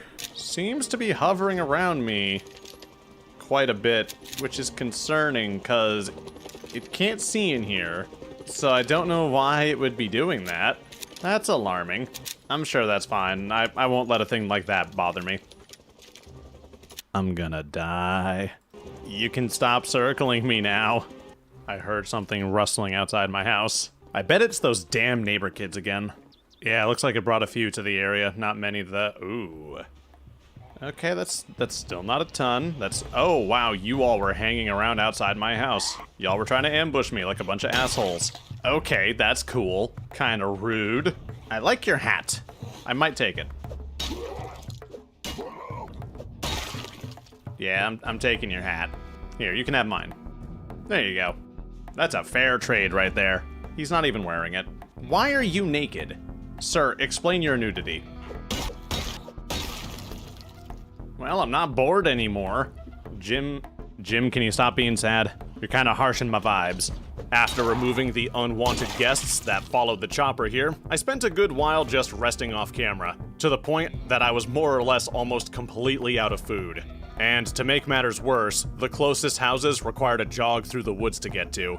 The woods that were now full of roaming zombies who followed the helicopter around. If I wanted to avoid starving to death, Jim was going to have to take some serious risks. That might be too many to beat with a pipe. God, why are there so many here? Okay, that's one pocket of them gone. Hey, bud, how you doing? How you doing? I like your shorts. God, I hate going through the forest when my health is this low. It would be one thing if I could actually run, but yeah, I'm not crazy about this. One extremely stressful walk in the woods later, and I arrived at a small outlet of houses. Somehow, the 4 homes in this area were occupied by at least 30 zombies. I don't know what the living arrangement was like for these people before everything turned to shit, but I imagine it involved a lot of lines for the toilet. Oh, it's an officer. Hi. I want your stuff. Namely these. The search was absolutely worth it, though. The first house had a huge helping of food, more than enough to hold Jim over for a few days. The second house had a tiny amount of food and a pair of deviant zombies engaged in premarital sex having. The third house, though, plenty of food, only a couple of zombies, and even more ammo for Jim's rifle. A haul that made the trip more than worth it. Now there was only one small issue. I needed to get Jim back home. And normally, that would have been fine. Until the great Lord Spiffo reminded me, he's not always a merciful god. I'm just gonna jog to get the rest of the way there. Oh shit, oh shit, oh shit, oh shit, where? Fuck, I'm gonna bleed to death if I don't move faster. Come on, Jim! Holy shit, holy shit, holy shit. Go inside, patch that up, patch that up, patch that up, patch that up, patch that up. Oh, that was bad. I could have died there. I almost died. Thankfully, it was only those 2 zombies I had to deal with. Good thing too, because I used my only bandage on that scratch. Imagine bleeding out after brushing your leg up against a tree. Death by splinter in the middle of the apocalypse. Knowing Jim, that wouldn't even be surprising. You know what was surprising, though? I made this discovery 2 days later. So, small update. I'm removing the bandage and the splint on my hands, and my hands are fully healed. So there's that. That's pretty neat. So I'm going to remove the splint on my foot, and we'll see what's up there. All right. My foot's doing fine, as is my other foot. If the right one's fine, I'm assuming the left one is. All right. I've got most of my limbs back. Oh my god, Jim can walk. Holy shit, Jim can walk. Jim can walk. Jim can run. Yes, okay, the arms are good. Is it just my chest and my head now? Yeah. Yeah, my thighs are good. It's just these then. It's just these. Yes, Jim had fixed his limbs. Now the only bones he had to heal were the 2 unimportant ones. His skull and his ribcage. Luckily, nothing vital's contained in either of those, especially that one. And with the huge stockpile of food and Jim's mobility restored, the danger was becoming a distant memory. 2 days later, the best news finally came. Jim just woke up from a nap, and I noticed, his health bar went up. Can I? Oh my god, I can actually sleep. Am I healed? Oh my god, Jim's healed. That's it. That's it, we're done. Holy shit, it took 24 days and 14 hours. Oh my god. Hang on, I gotta show you something that was happening off camera, one moment. So, goes without saying, the power's out, and has been out for a while now. This was how I was keeping Jim alive. Just fields and fields of furrows I dug to get worms, and then running around out in the farm plot over there to look for food. It looks like you survived yet another challenge, my dude. In today's video, I'll be playing Project Zomboid as a man with a laundry list of problems. Surviving the zombie apocalypse is hard at the best of times. But today, we're going to do it while suffering from almost everything one man can possibly have wrong with him. Just like in all of his other videos, Jim Oldman has found himself in yet another difficult situation. For the 87th time, he's woken up to the sights and sounds of the zombie apocalypse. Only this time, he's got a couple more problems than usual. This is a morbidly obese, weak, out of shape, and asthmatic man who loves to sleep and hates the outdoors. He's the reason he can't have nice things, and the world frowns upon him in many ways. And somehow, despite being a lazy slob who lives in his own filth, I think Jim shit himself. He's somehow developed a case of germophobia. And to help cope and forget the fact that he's a borderline illiterate Irishman with bulimia, he's taken to smoking. Now he needs to survive long enough to work off the extra weight and become something greater. A man who is average. Jim spawned in a motel on the foggiest day Knox County had to offer. Now, as you can see, Project Zomboid runs really well when you have a lot of mods installed. The evolving traits and dynamic body shape mod work in tandem to create the glorious creature you see in front of you. Behold a man doing his best impression of Boogie 2988. Now, spawning here was actually the worst thing that could have happened to poor Jim because this hotel has pillows and little else. But it wasn't all bad. Jim was lucky enough to discover the ultimate fashion statement. Seriously though, this place was ass. The trash piles outside had better loot than the entire building. I set the loot spawns for everything to extremely rare, and I gave Jim unlucky. If you think I set him up for failure, you're right. Jim's first challenge? Murder some undead construction workers and steal their clothes. Since I have problems, I decided it wasn't enough to make Jim suck and make all of the loot hard to find. I also needed 1 in 10 zombies to be sprinters. That won't be a problem later at any point. Now armed with pants, a watch, and a yellow vest, Jim was ready to delve further into the construction site. The foreman was there to give Jim a sweet man purse. The supervisor was so jealous of Jim's new accessory that he was shoulder checking the door just to get his hands on Jim's sack. But all of this carnage was building towards something great. The Gigamart across the street. Luckily, it wasn't guarded by a ton of zombies. Unluckily, anything higher than 3 is a big number to Jim in his current state, especially since he hadn't found a single weapon yet. Despite that, I have confidence in Jim's abilities. He's been training his whole life for this moment, which just makes his current status all the more depressing. A cursory glance through the vehicles showed a distinct lack of weapons or car keys. If I wanted to take the Gigamart, I'd have to peel layer after layer of the dead away from its doors. And considering 8 zombies was enough to wind Jim, I was a bit doubtful about his odds. Jim's luck did turn around though. The news van had a key, the emergency broadcast signal, and a working battery. It also had 0 gas because there's no justice in this world, and fate itself conspires against me. Prick. The nearby truck had some gas, which I promptly stuffed into my water bottles. Jim doesn't need water where we're going. My man just needs to level his skills and get his wheels working. And who cared if I didn't have a weapon? When I plowed through that homeless encampment with my Ford Fiesta, I was charged with assault with a deadly weapon. Ergo, vis-a-vis, my news van is a weapon. It's also a sweet donut maker, and it's practically indestructible. Trust me. It likes it when I do this, don't worry about it. I raised my insurance rates with this one weird trick. Insurance agents hate me. Now, you might be thinking, Dan, wouldn't it have been smarter to just take the van and drive somewhere less crowded? Yes. Yes, it would have been. But look, we all make mistakes. That was so far back in the past. Don't dwell on it. Look forward to the future and try to focus on the positives in life. For example, Jim is getting exercise for the first time in years. And I learned something neat about this game. Fighting 2 sprinters without a weapon and a strength of 0 is apparently about impossible. Jim, I think it's time to head back inside for a moment and take a break. You've got like 8 moodles, and that's way too many.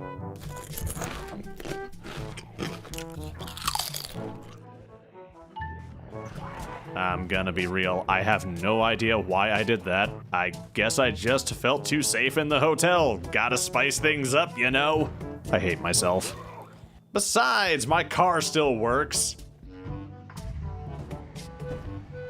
Oh, that's not good. Okay, Operation Get Your Ass Inside the Grocery Store is a go. Fighting them in the wide open space of the parking lot was too dangerous. My only option? Confine myself in a cramped space with several points of entry. You've got them right where you want them, Jim. Try not to worry about those moodles. In a few seconds, they're not gonna matter. Just have a big sippy of water and think about the very few things Linda let you keep in the divorce. Behold an exercise in futility. Somehow, Jim is still alive, and he's doing his best. God love him.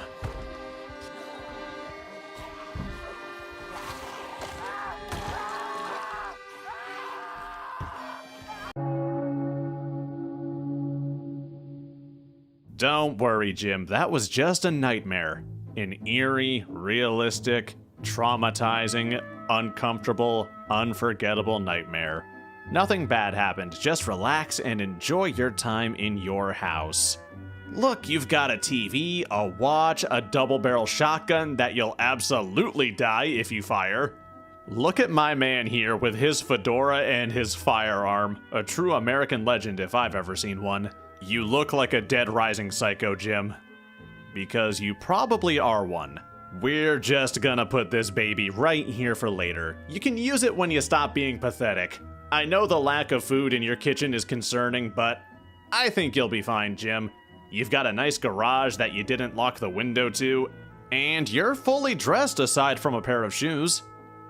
Jim, you spawned in your house. Where the fuck are your shoes? We've got a screwdriver and 2 empty gas cans, and a pair of shoes just came into my yard. Now that Jim can remove glass from windows, he's pretty much unstoppable. Especially with this fence line here. Jim is a firm believer in castle doctrine, especially when it comes to unarmed neighbor kids walking on his grass. Or touching his fence. And now, after some very gentle, delicate stabbing, Jim has obtained his neighbor's house. That's how it works. If you can defeat your neighbor in singular combat, you get his home. Now, Jim can watch their TV, stomp on their faces, and rub their towels on his sweaty, unwashed body. And he can use your sheets to cover the window of his backyard. There you go, Jim. Perfectly concealed. Now, living as a NEET has ravaged Jim's body in many ways, but that's not gonna keep him from living the lifestyle that he's chosen, and I gotta respect that. He's putting the TV up in his bedroom so he doesn't have to get out of bed when he wants to watch anime. The American dream. And after some light redecorating, Jim only had one chore left for the day. In Project Zomboid, exercising to raise your strength from level 0 can be pretty rough, especially if your fitness is also 0. But thanks to Ambiguous Amphibian, I've learned the forbidden technique of sweet gains. All you have to do is get as winded as you can, then lure a zombie somewhere safe. Then knock him down and stomp on his ankles until he dies and stuff him into your shelves. Just rinse and repeat this process and eventually you'll become a muscular god, a lord of gains, a baron of sweet biceps. This is a great way to level your strength, fitness, and your sprinting. Look how active Mr. Oldman's being. Who says senior citizens can't be active and productive? Rise and shine, Jim. We've got a big day ahead of us full of murder and adventure. Start your morning right by eating the one and only piece of food in your entire house, Jim. The sweet, delicious taste of canned chili should hopefully help you forget that you're absolutely fiending for a smoke right now. And if that doesn't work, maybe watching people cook will help you not be hungry. Absorb the food particles through the TV screen, Jim. Do it. Hey look, Jim's old varsity jacket still fits. That doesn't mean he's getting back in shape, that just means he peaked in high school and he's been a sad, fat loser ever since. Ah fuck, I'm Jim in 30 years. The people of Knox County need to invest in better home security. This country's gone to shit. Obese seniors will slip into your house and steal your ham. Then they'll take your sheets and your lentils. And if that wasn't bad enough, then they'll tap dance on your neighbors and take your crescent wrench. Those VA budget cuts hit Jim hard, and he's gotta find a way to make it on these streets. And he will use your home as a supply point if he's gotta. Jim ransacked another home. Only thing we really found on the ground floor was an eraser. And Jim already has plenty of food, so that's not very helpful. He did, however, find another shotgun, which I don't need. And he found shotgun shells, which I do need. And a sewing needle and some thread. Here you go, Jim. Put away your hard-earned loot, then get upstairs and get in front of the TV. It's time to learn how to handle wood. Hard, splintery wood. Then, Jim will know how to make furniture. I guess. The HOA heard Jim had the power to redecorate and decided this man must be stopped. Understandable. I picked a bad time to be a sad, out-of-shape loser.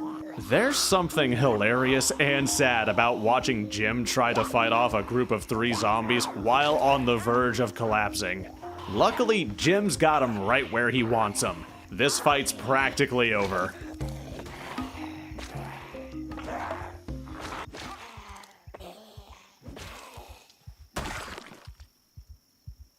Jesus Christ, Jim. Finally, now that night is here, it's time for Jim to catch a bit of TV, and most importantly, some rest. You've done well today, Jim, but the road ahead of you is long and full of disappointment. Your skills are still abysmal, and you're a sad, vacant shell of a person masquerading as a man. You have all these bars, and I only understand what, like, 2 of them do. You live in a house full of stolen belongings, and you're wearing skinny jeans. It's time to rest and collect yourself, Jim.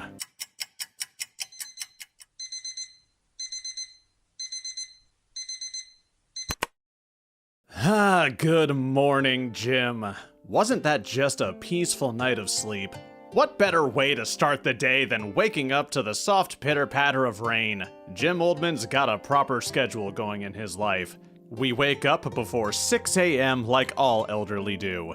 Then, we make our way to the kitchen for a nice sip of a juice box. At 7 a.m., we face the neighborhood and we help ourselves to the random crap they have in their garages. A hammer, a shovel. These 2 items have one thing in common. They're mine and I'm not giving them back. Then we vanish back to our home like a stay-puffed marshmallow ghost. We tiptoe past the scene of our multiple homicides, and we stand menacingly in our kitchen. Jim's an actual threat now, so much so that he can commit home invasions in a fraction of the time it used to take him.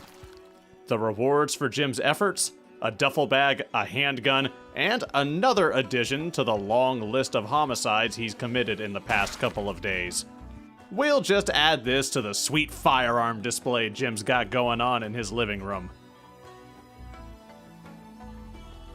This is taking a lot longer than I thought it would. Quality content, am I right? At noon, we stand in front of our bed and stare at the TV screen. Despite having been a carpenter for most of his life, there's still a lot for Jim to learn from the Home Improvement channel. A lot, apparently. That's just sad, Jim. Years of practice and training, and you're learning more just by tuning into Channel 3. You invested your life poorly. Same, though. After sharpening our mind, we hone our body with a few sets of ankle stomps. And as a late-night snack, some more life and living. The old man is learning how to fish. Jim is nowhere near a river right now, but hey, he can dream. In fact, with the shape he's in, dreaming is like 95% of what he's physically capable of right now. Jim's got a big task ahead of him. The neighborhood is completely overrun with young rapscallions.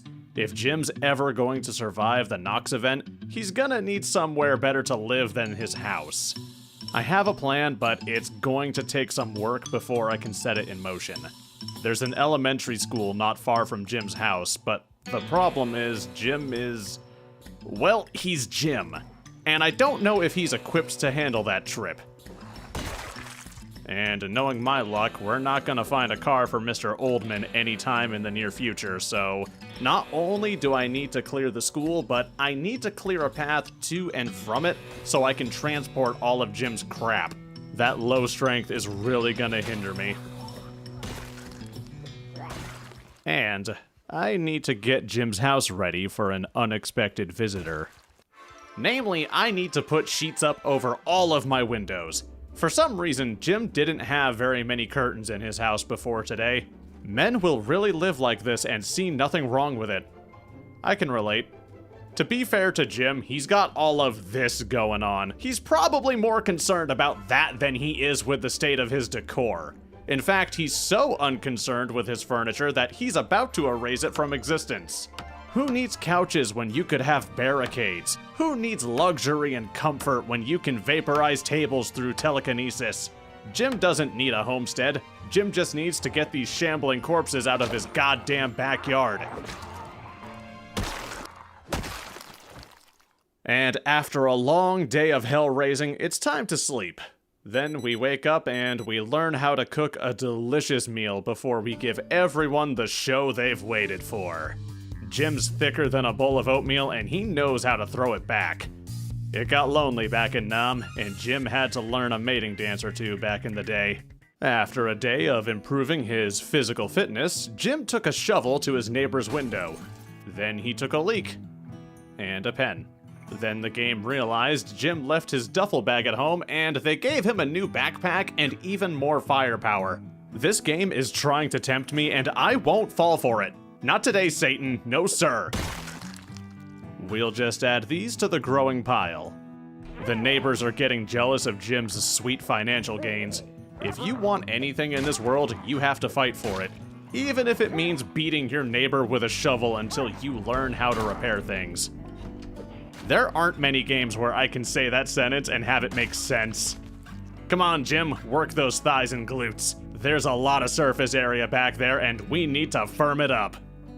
2 levels gained, 1 in strength, 1 in fitness. Jim's 20% of the way to being average. Less if you count all of the weight that he still needs to drop. Still, it's an improvement. I mean, look at you, Jim. You look great. Now, something that's been worrying me is the church across the street. The Mormons have congregated in numbers far too great for one old man to fight all at once. If the helicopter somehow sees me, I'm gonna be absolutely fucked if this horde is still there. We need to thin their ranks and try and steal their cars. If you think being a paraplegic will keep Jim from beating you with a shovel, you've got another thing coming. Just ask that poor kid who tried to trick-or-treat at Jim's house last year. It turns out wheelchairs are not immune to the aggression of boomers with garden implements. I know I have respawns on, but good God, this is insane. Where are they all coming from? It's like Jim's house is a beacon to these things. On the bright side, Jim is finally dressed for the occasion. Semper Fi, old man. Congrats on the promotion. You've gone from digging ditches to digging graves. And now, we just need to get rid of the evidence. And then we make the crime scene even more obvious. If I make things bloody enough, maybe the feds will get scared and they'll decide to not investigate. Jokes aside, I'm doing this to level Jim's long blunt. 1 set of kneecaps at a time. The chopper's here. And it's gone. You did it, Jim. The whirlybird didn't find you. You're safe. Now, you just have to survive the other 98,000 things trying to kill you. A quick look outside shows nothing but empty streets. The zombies are going to be a bit scattered now, which means anywhere that I cleared already can't really be considered safe anymore.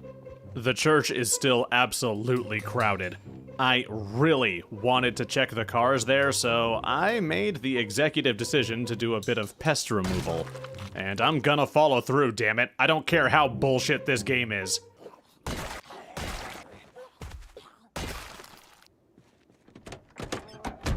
No car keys, no loot worth a damn. I sent Jim into the nearby house. Sometimes you get lucky and the keys to a car will spawn in a house. Sometimes. Okay, but why, game? Why? This house was a dead end, but I'm gonna send Jim down the street. we might find something useful in the other homes. Okay, we found a house party. I mean, that's something. It's not something good, but it's something. If nothing else, I can use them to break down this garage door. Work smarter, not harder. Come on, assholes, follow the fat, juicy old man. Come get a little nibble. Look at the marbling on him. Horde clearing with bad stats sucks, but at least the shovel is making things easier. Not gonna lie, I forgot that happened until I watched this footage back. Huh. Goodbye, shovel. You served me well. If only I had a second shovel to bury you with. Maybe I'll find one in this garage. Nope, just a zombie with a key. That doesn't go to this house for some reason. Okay. Holy fuck, a machete! Why can't I have nice things? Is it 'cause I'm Jim? It's 'cause I'm Jim, isn't it? Never mind, Jim can have nice things. Jim can have many nice things. I need to shut the hell up and appreciate what the world gives me. God damn, stop being such an ingrate, Jim. Be happy with what you're given. Can I stop getting guns, please? I feel like the world is taunting me. It's trying to tempt me. Spiffo keeps giving me his toughest fights because I'm his silliest clown, and I don't appreciate it. If Jim could get a car working, that would be a lifesaver. Jim's been pretty lucky, but he ain't been that lucky. Oddly enough, the car spawns have been pretty far and few as well.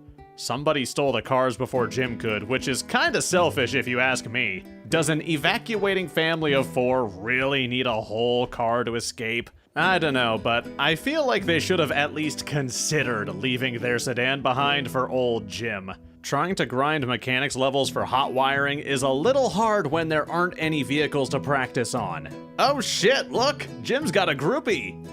You're surprisingly calm considering there's a naked cannibal hauling ass toward you, Jim. Why do I feel like this isn't a first for you?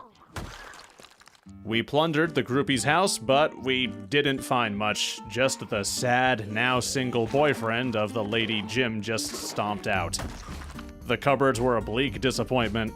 Kinda like the strange creature that was rummaging through them. All I found on this looting run was a couple of magazines and a bunch of fresh food.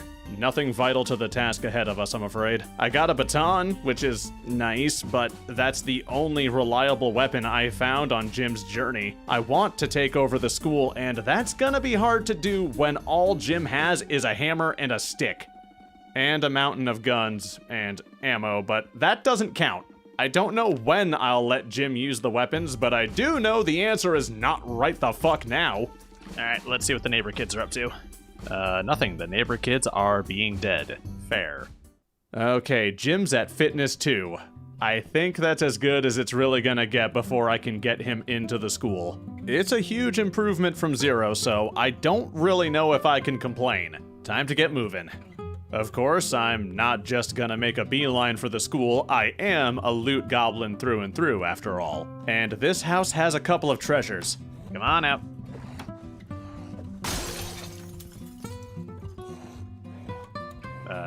Did you get confused? Don't worry, it happens to me too, man. 2 fanny packs, a fashion statement for the ages. And that statement is, help me, I'm mentally ill and I dress like a dumbass. Okay, now that makes sense. I am right next to a school. That's where I'm supposed to find this. After a bit more exploring, we made it to the parking lot. All of this was just the first step, and it's still not even complete. I got Jim here. Now, we need to take and fortify this place. And we immediately start with a very pleasant surprise. Oh my god, this car works. Okay. Yes, a working car. An actual working car. It was missing a window for some reason. Oh, is that the key right there? I'm a dumbass. But I wouldn't worry about that. After that, it was time to start the messy part of taking all the zombies and pushing them somewhere else. Go into that good night. Please die. This is not the ideal weapon for this.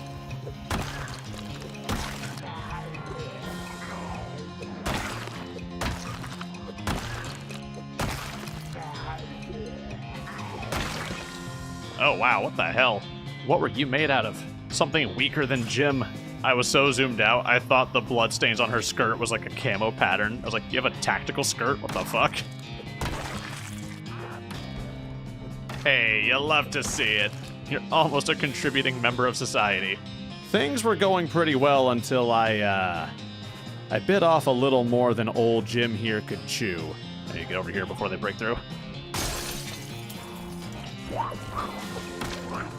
Ah, shit. Okay. Come on through. Really, my dude? Absolutely not.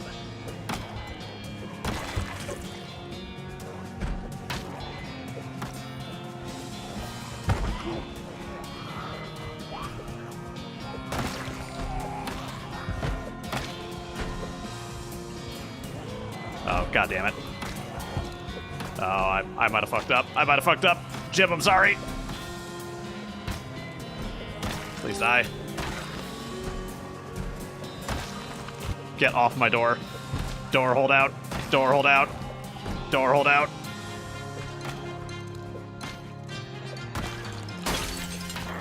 Wow. Broke the window, then went through the door. After that, there was only one zombie left, and... Hey, you. How you doing? Boom. I'd done it. Jim had a new home. I hope you enjoyed watching this. Jim's really come a long way. We're already getting pretty close to getting him to average strength and fitness. He's lost a bunch of weight and the number is still going down. Who knows, maybe in a couple weeks, Jim, you'll be okay. Just okay. Don't shoot any further than that, you will hurt yourself. Ah, look at you, Jim. 3 ranks in this stat, 4 in this one to go, and about 40 kilos or so to drop. And look at all you fine people out there tuning into the last episode of The Adventures of Jim. For this series specifically, Jim's not going anywhere. I still have so many wonderful things I can put him through. Ain't that right, Jim? In our last episode, Jim cleared out an elementary school to turn into his new home. It's enormous, has countless weak points, and it's kind of extremely depressing. Children went to school here. Children got eaten here. Jim's standing in the middle of a cannibalistic veal storage facility. Well, at least I'm not wanting for food. And even though I kill the undead as often as I see them, it dawns on me that I'll never truly be free of this menace. There will always be more zombies than there are Jim Oldmans. I can push that rock up that hill as many times as I want. I will never reach the top. Such is life. But on the bright side, I also found this last video. Yeah, bask in it. Jim's gonna be the toast of the town in this baby. And down the road we go. Goddamn, Jim, you got wheels. And, unexpected admirer. Now we just have to move all of Jim's stuff out of his house and into the school. You can tell this one's Jim's place because of all the bodies. Why are you all here? A task that's easier said than done with a character like this. Unfortunately, Jim's still the human equivalent of a dumpster fire. Excuse me, no trespassing. This place is posted. Thank you. I know the joke is a bit tired, but for what it's worth, it's not a joke. Jim's just that terrible. After clearing out my front yard, it's almost time to get to work. But first, Jim has a very important task ahead of him. Jim, I'm not gonna lie, you look kinda disgusting. And then we just take care of that. There you go, look at the handsome man. At last, back to maximum power. Just in time to start moving all of Jim's shit out to his car. Which you would think would be easy, except it's not, because apparently spending less than 24 hours away from home is all it takes for the hordes to start respawning. This is definitely elder abuse, and I understand that I'm complicit, but I'm not stopping. The amount of moodles you have at any given moment, Jim, never fails to absolutely astonish me. How are you alive? No man was ever meant to have this much wrong with him. It's late enough out that Jim's going to need to sleep before we can move house. And of course, we woke up to the roar of thunder and the pitter-patter of God pissing all over Kentucky. It's bad enough that several ghouls have respawned. I don't want to have to keep an ear out for the ravening hordes just because the rain can cover their sneaking. But unfortunately, that's just the Jim's lot in life, I guess. After a quick bit of inventory management, we finish stripping down the house of all of its essentials. And then it's back down the road to our new home.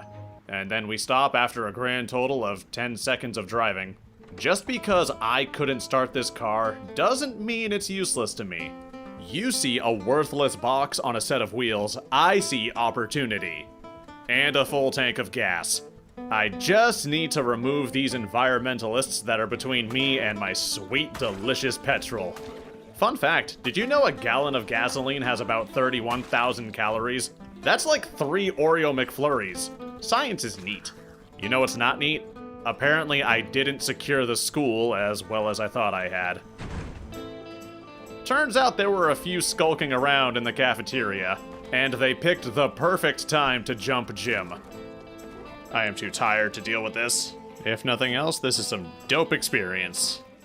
After a night of sleep and a bit more perimeter securing, it was time to actually fortify this place. The desks were a great source of planks and carpentry experience. The goal was I would eventually build a staircase up and onto the roof of the school, but I needed a lot more wood before I could pull that off.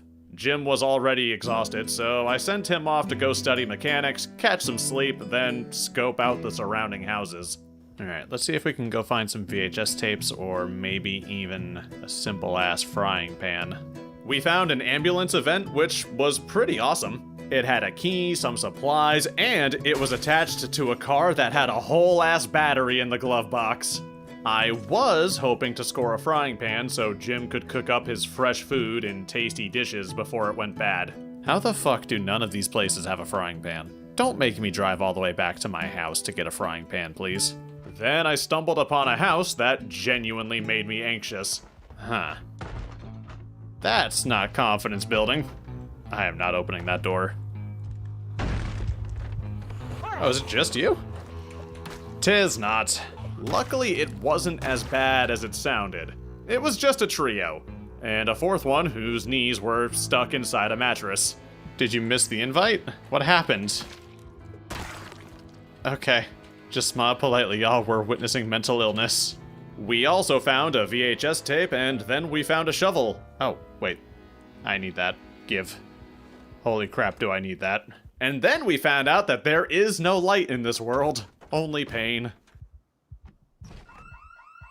I was just about to say how much it would suck if an alarm went off. This game hates me. But rather than worry about that, we just went back home.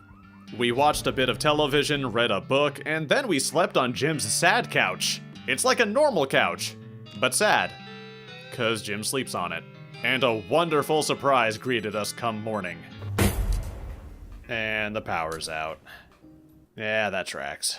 Yep, the power finally went out. Took a few weeks, but it happened.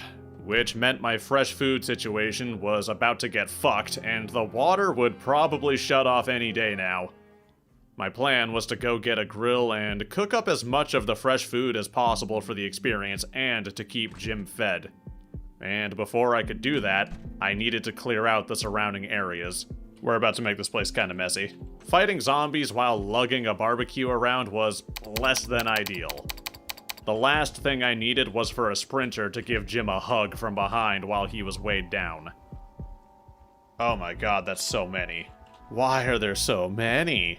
I'm not gonna lie, I'm half tempted to get the guns out and deal with them this way, but that's probably not wise. Meow.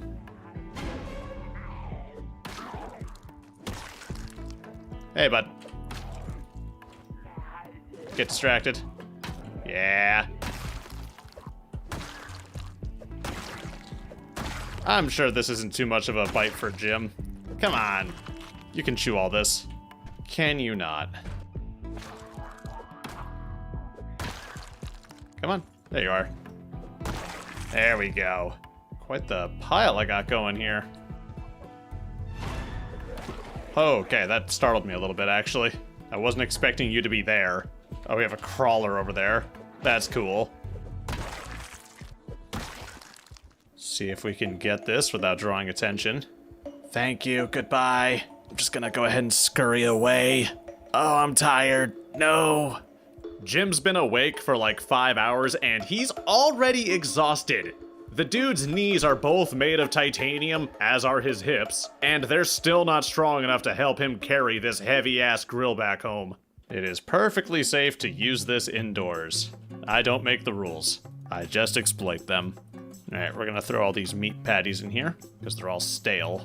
Alright, we got a nice big stew. Toss that into the oven, or the grill in this case. Jim's hungry and sad. There you go, Jim, eat up, buddy. By 2 p.m., Jim was already feeling eepy, but that was gonna have to wait. Jim had a ton of mostly edible meat to slam down before he was allowed to sleep. And his nighttime snooze was accompanied by some serious corpse sickness from sleeping next to all of these dead bodies. I needed to bury them, which meant I needed to dig graves. And before I could dig graves, I needed to make more dead bodies. It's a very circular process, but I ask that you please have faith in it. It just works. Jim spent most of a whole day just on corpse clearing duty. It feels wasteful to use his time like this, but it's absolutely necessary. I don't want Jim dying in his sleep just because he's been hotboxing corpse fumes. And then, for a little treat after a hard day of work, we let Jim use his sweet carpentry skills to make a staircase. Beautiful. And then we spent another day looting and salvaging. We found Jim's skinnier twin brother, and other than an identity crisis, he didn't really have much to give Jim. Just a bag of peas, and an opportunity for some sweet gains. The next house had more ammo for Jim's ever-growing stockpile. It also had a skinny bed that Jim could fit in the break lounge he's been sleeping in. I'll take this bed now.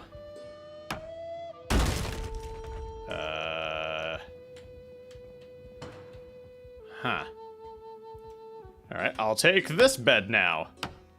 Back off, heathens! Jim's got a mattress to deliver! After sleeping in a real bed, Jim was ready to loot houses, but in a different direction this time. We found a fire truck with some goodies in it, and then we found a heart attack. Oh, hi! I thought I heard something. Followed shortly by another heart attack. Are you serious right now? With how far from home we were, I couldn't risk trying to haul ass back to the school. Jim was in no condition to fight the type of horde that was homing in on that alarm, so I did the only thing I could think of. Locked Jim in a bathroom with no windows. God damn it, Jim. Why does everything you touch have to turn to shit, my dude? Yeah, I'd be a little surprised too, bud. And after waiting around for a bit, it was time for Jim to make a run for it. Wow, there's a lot of you. Holy fuck. That's my cue. Oh, hi. Maximum overdrive, Jim. When I got home, I remembered something unfortunate. I had a lot of food, but it was mostly fresh, which meant it was now mostly rotten. And apparently the range of that alarm was far greater than I originally anticipated. Not terribly surprised. Hi. Yeah, welcome to my home. I don't know when the next fucking school board meeting is, but when the budget comes up, I'm gonna be a goddamn nightmare, you assholes. After a day from hell, Jim got to sleep in a real bed. He also got to sleep next to the corpses I forgot to bury. I needed to finish getting these bodies out of here. And when I stepped outside, I made an unfortunate discovery. The crowd had managed to find their way over to the school somehow. Oh good. Oh good. They all found their way home. That's wonderful. And I'm sad to say, I somehow forgot about the state of Jim's physical fitness.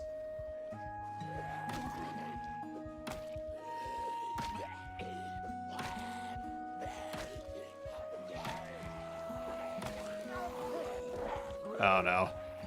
I'm in a bad situation. Shit.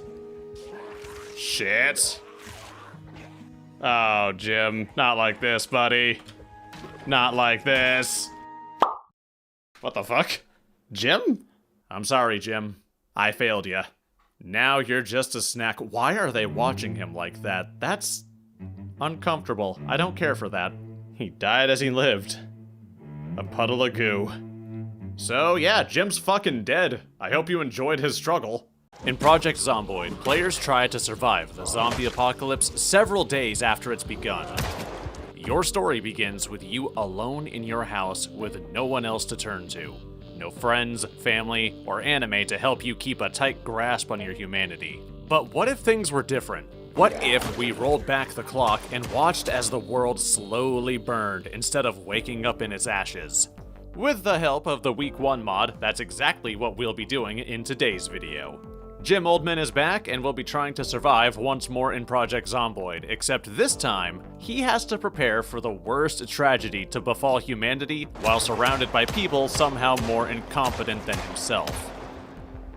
Can Jim endure the downfall of society, or will he become another casualty in the infection? Alright, we begin in a trailer. Very, very fitting for Mr. Oldman. Of the public safety alert. Please. That doesn't seem pertinent. Alright, let's take a look at what I've got in my, I was gonna say house, domicile. The place where I keep my things. Well, I've got a cheese grater. That could be useful. Alright, so this is our wife. Maybe she has some ideas. What should we do? We shouldn't. Shit, you right. Have we had sex? No thanks. Alright, yep. That's normal for Jim. Alright, everything is as it should be. Well, I think my first move is gonna be, I like my trailer. I don't like my trailer. I like my trailer, but I think we need to find somewhere a little safer to go. There are deer just standing outside the trailer park. Guys, we are in Kentucky. What are you doing out here? It is very not safe for you to be there. After introducing myself to my neighbors, finding out they all hate me, and harassing the local wildlife, I decided it was time to leave the trailer park. At some point, I lost my wife. No idea where she went. I'm sure she's probably fine. Probably. I don't know where my wife has gone, but I'm sure she's fine. She's probably having an adventure.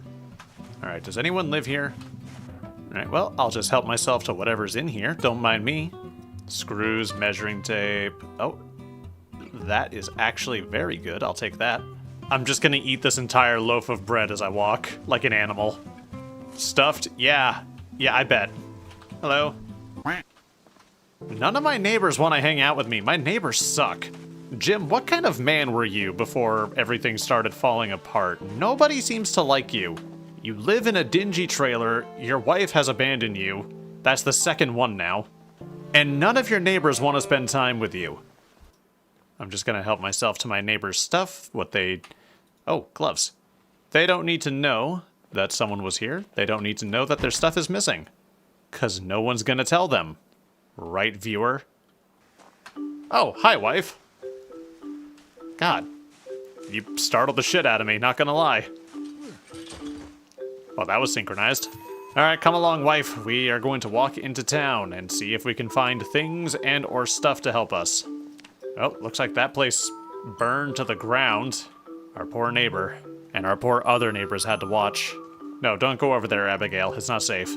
House fires are contagious. Seeing as how my neighborhood was a complete bust and a waste of time, kinda like the people who live there, I decided to wander into town. I was hoping to find tools, a backpack, and maybe a weapon. And possibly, people who could stand being around poor Jim. Honestly, of all four of those things, that was probably the least likely. Oh, well, we have a gas station. Maybe the gas station has something? Good morning! Why did you call me that? I'm being gaslit by Project Zomboid. I hate it here. Alright, we got all sorts of goodies here, but they're not... you don't have any backpacks, do you? Do you have a gas can? If you had a gas can, I would love you forever. You would be, like, my hero. Oh, ooh, you've got a first aid kit. A car battery charger. I would like that, please. $20 for that. Okay. And the first aid kit? $10. Honestly, a fair trade. Okay, I didn't get what I wanted, but I got something. And that's something, I guess. Halfway through my first day, and I hadn't managed to find anything I was actually looking for. I found a few items here and there as I went, but nothing I desperately needed. So far, the only thing I really gained was -1 wife, which did not bode well for my odds of success. And, to add insult to injury, I somehow exhausted myself by hopping a fence. Twice. But my luck was about to turn around. I found a storage facility, and inside of it, a very unexpected treasure. Excuse me, everybody. Okay, we're gonna just... Oh my god, the very first one. Nobody see this, please. Nobody see this, please. Oh my god, okay. Just drop the fucking toolbox. We don't need it anymore. We don't need toolboxes where we're going. Alright, well, that was easy. Man, what a good day for you, Jim. I know you're hurt from jumping over that fence. Try not to think about that. I think I can safely leave now. Goodbye, everyone. I'm gonna thank the first person I see. Thank you. Bye. Lately, I've been feeling really stressed. Fantastic, stay over there. Don't breathe on me. I don't really have a goal now, do I? I would like to find a better place to live. I have my trailer still, which is nice, but I think my goal still needs to be finding a better place to hold out. But where? I don't have a car. What the hell? Did I just get shot at? What is going on over here? Oh my god, there's a fight going on. I want this guy's stuff. Oh, did you take his revolver? Give me that. Alright, well, bye. Good luck with that. Have fun explaining that to the police. Well, I didn't get the gun out of that, but I got a whole backpack. That's pretty neat. I am still in pain from hopping that fence. God, you are out of shape, Jim. Work on that. Well, I might as well eat this chili. I mean, I've got it, right? So there's no reason not to. You gentlemen keep an eye on things, okay? Cover me while I eat the chili. Oh, that is a very unsatisfying sound. I don't like that. I don't care for that. That is not my favorite thing that's ever happened. Why is there a chocolate cookie in the trash? I'm eating it. I'm eating the chocolate trash cookie. Oh, is this the school? It is. Am I allowed in here? Am I permitted within the premises of this school? I don't have a child, nor am I one. Sir, why are you dressed like this in a school? Sir, that's more concerning than the zombies, I'm not gonna lie. What if I could turn the church into my holdout? Now, hear me out. It's got these nice walls that the zombies can't go through, I think. It's decently large. Oh. Finally, a weapon. Holy hell. Honestly, I think I could use this place. Only problem is, I don't know where I'd hide when the bombs fall. Alright, that's an option, though. We have that option, and I like that option. We'll revisit that option. Oh, okay, I'm sorry, I'm leaving. Ow. God, all I did was walk in. This looks like an office. That man was not very friendly, not very polite. I don't think I can stay here. The people here are savages. It's weird to see life going on, just continuing as if nothing's happening. Everyone's acting completely normal. Oh god, now they're all doing it. What weird plague has befallen these people to make them act like this? Oh, Jim, god damn it. We have a shootout. Okay. That must be a bad man. There you go, guys. I helped. I'm taking the backpack. That's mine now. I'm taking the keys as well. Those are also mine now. You guys are looking rough. Hello, officer. Lovely day we're having. Alright, that key doesn't go to this, does it? Oh my god, it does. Why did he have this? Okay. Well, thank you, Mr. Burglar. I appreciate you. Was this his house? Now that I had my very own set of wheels, I felt a bit more confident with my sightseeing. And right now, the sight I wanted to see more than anything was a fully stocked and loaded armory. Which meant it was time to pay a visit to the police precinct. It didn't go well. Good morning, everybody. If you'll excuse me, I have a date with the police. I wonder if I could hold out here. Hi. Can I come in?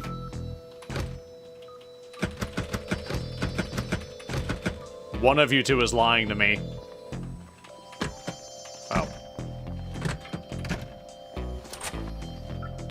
relock the... whatever. Alright, am I allowed back here, or is this trespassing? I guess I'll find out. Okay, will do. Yep, okay, so it's trespassing to go in there. Oh, wow, okay, time to leave. Excuse me, my friend, I need to leave. Your compatriot is not pleased with me. Well, I'm just gonna get in my car. Not a good day? Nope. Okay, well, let's see what's going on with this entertainment I've heard so much about. Sounds like there's a house party going on. A really sad and lonely dance party featuring just this guy. Oh, wow, he just ripped a vape cloud. Okay. Before I join your, sad dance excursion, I'm gonna go take a look down here real quick. Shit, okay. Shit, okay. I have so much stuff. I think I can put some of this in my car now. Oh, okay. We have another house party. Is this one as exciting as the other one was? Honestly, they can really only go up from here. Oh, that's much better. Look! We've got 5 ladies and their 1 guy friend crammed into a tight corner. Oh, there's another one. These people have guns. What kind of party is this? Hi. Can I come in? Can I come in? I can't hear you. Okay. What is going on in here? Jim, you're too old for this scene. Why does the other half of this place look like a crack den? You know what? This time, I'm gonna be the life of the party. I'm not even gonna ask to come in. I'm just gonna do it. I wonder if I'm allowed to have some of this pizza, because I am hungry. I'm gonna eat this entire pizza. They are just letting me eat this whole pizza. This is actually what I'm like at a party. If you invite me to a house party, expect to find me doing this. I will be that one weirdo eating an entire pizza in the corner. All right, well, I'm just gonna take this wine. You guys have a great day. Turn off your oven, you animals. What is wrong with you? These people do not party responsibly. So, we found a few places we could hold out. We found a couple of very eligible places to wait out the apocalypse, which I think is fantastic, but none of them are vacant is the issue. And I got chased out of the police department. Apparently they know Jim just doesn't deserve to be there. They know he's trouble. I don't blame them. I wouldn't let him in either. Actually, I want to check out this church real quick. I'm gonna block the whole road while I do it. My taxes pay for both of these lanes, I'm gonna fucking use them. Never mind, this place sucks. Goodbye. Hey. Hey. You suck. Oh god, he's got a rake. That man just pulled a rake out of his pocket and attacked me with it. What an actual madman. I kind of respect it, I'm not gonna lie. Like, I wish he hadn't done it to me, but I gotta admire his gumption. I like the cut of your jib. When I start having to cannibalize survivors, I'll save you for last. Oh wait, is that my wife? Wife? Hi, hon. You look like you've had an exciting day. Okay. Okay, I honked my horn and my wife is now trying to shoot me. People in Knox Country try to shoot you if you honk your horn. Good to know. I've never lived in Kentucky. I'm gonna choose to believe that that's canon. We'll just bandage this up. Oh, hi. Hi. Alright, wife. We just had a little domestic dispute, that's all. Hey. Get out of my house. Get out. I don't like that this man is just watching me bathe. That is uncomfortable. That is upsetting. I'm being interrogated while I try to clean up. That's unnecessary. I die nearby. God, I can only hope so, friend. Alright, Jim, let's get some sleep, friend. I am agitated. I had a strange dream. I was fiddling with an old radio, and I caught fragments of a broadcast. The voice was shaky, cutting in and out. But I remember hearing words like emergency and stay indoors. The static grew louder, drowning out the rest. Man, what an imagination you have, Jim. Anyway, I'm gonna just break everything in my house real quick. If I'm gonna be stuck in this trailer, I might as well make the most of it, and that is going to involve barricading this window. Barricades have been moved to the build win- What? Why, if I had a nightmare, I require the sex to sleep. I see you've already got your vibrator. So I realized my fortress here isn't exactly a fortress, which meant it was probably time to board it up and get it defended. Unfortunately, my carpentry skills leave a lot to be desired, so all my furniture I disassembled is now lying in a broken heap around my feet. Which means I need to go foraging, because I couldn't find an axe anywhere. So I'm gonna have to make one so I can go deforest the nearby neighborhood. But of course, this is Project Zomboid, so nothing can ever go quite as smoothly as you'd like. Oh, we have an incident occurring up ahead. All right, let me finish collecting these neat rocks, and then I'll make my way over. Oh, the assault's happening to me. Oh. Ow. Okay. Do I have my gun? I do. Fantastic. We're just gonna unpack this real quick. Can you gentlemen bear with me for a second?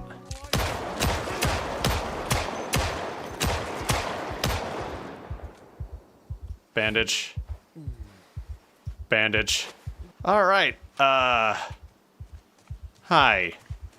Are you hostile? Nope, you're just a hunter. All right. Enjoy your day, sir. Oh, soldiers. Hi.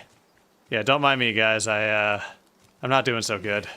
All right, am I gonna be okay? I'm pretty hurt. Wow, they actually messed me up good, too. Holy hell, man. All right, let's see what was going on here. Oh, that sounds bad. I'm sure that's fine. I'm gonna elect to not worry about that. All right, we're gonna just go ahead and rip these clothes up because I need to bandage myself after a little transgression occurred. We'll just bandage that up. You know, you guys are not nice. Well, my scavenger hunt is gonna have to wait, unfortunately. I need to focus on getting back home. Honey, I'm hurt. Wife, I have boo-boos. I have many boo-boos. And I'm thirsty. It's been one day and civilization's already fallen apart. The zombies aren't even here yet. Honestly, I'm not fully convinced that had anything to do with the outbreak. Those people might have just been assholes. Luckily, all of my efforts and wounds weren't for nothing. I was able to get myself some logs, which meant I was able to get myself some boards, which meant I was ready and able to board up one of my windows. Yeah, it turns out you need nails to nail boards to your wall. Kinda forgot that crucial detail. And to make matters worse, everything decided to start getting shittier. Just exponentially shittier. We're gonna fast forward a bit real quick. I spent the day looting, exploring, wandering around, healing from my grievous wounds. All in all, a pretty profitable and very successful day, but a very boring one. Then I got home and things escalated. Oh, god damn it. Guys, don't come to my house. You won't like what happens if you come to my house. Oh, let's go investigate. Hi, boys.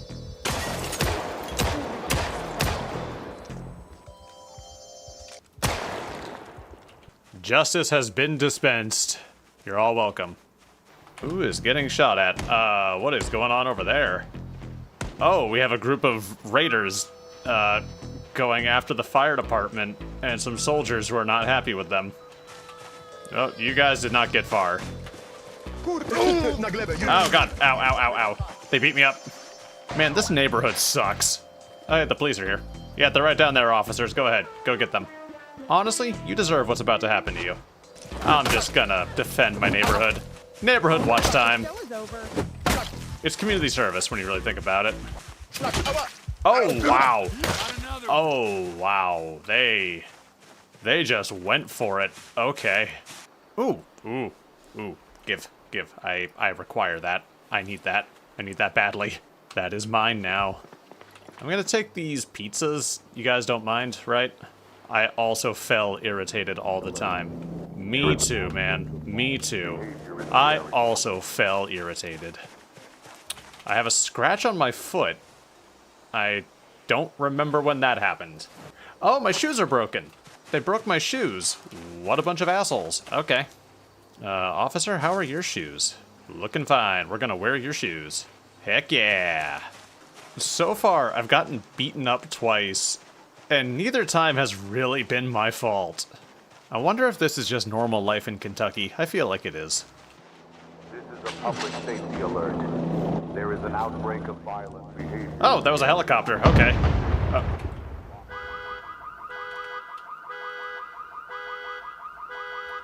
Oh. Sir, how are you just chilling at a time like this? You know what? Unbothered, moisturized, staying in his own lane. I admire that. Enjoy your book. Shit, you're a mess. Yeah, I know, okay? You don't gotta point it out to me. I know. What? Why? But why? Why are you covered in blood? Everyone in this town is too goddamn nosy for my taste. I'm just gonna say that right now. That is a loud fucking door.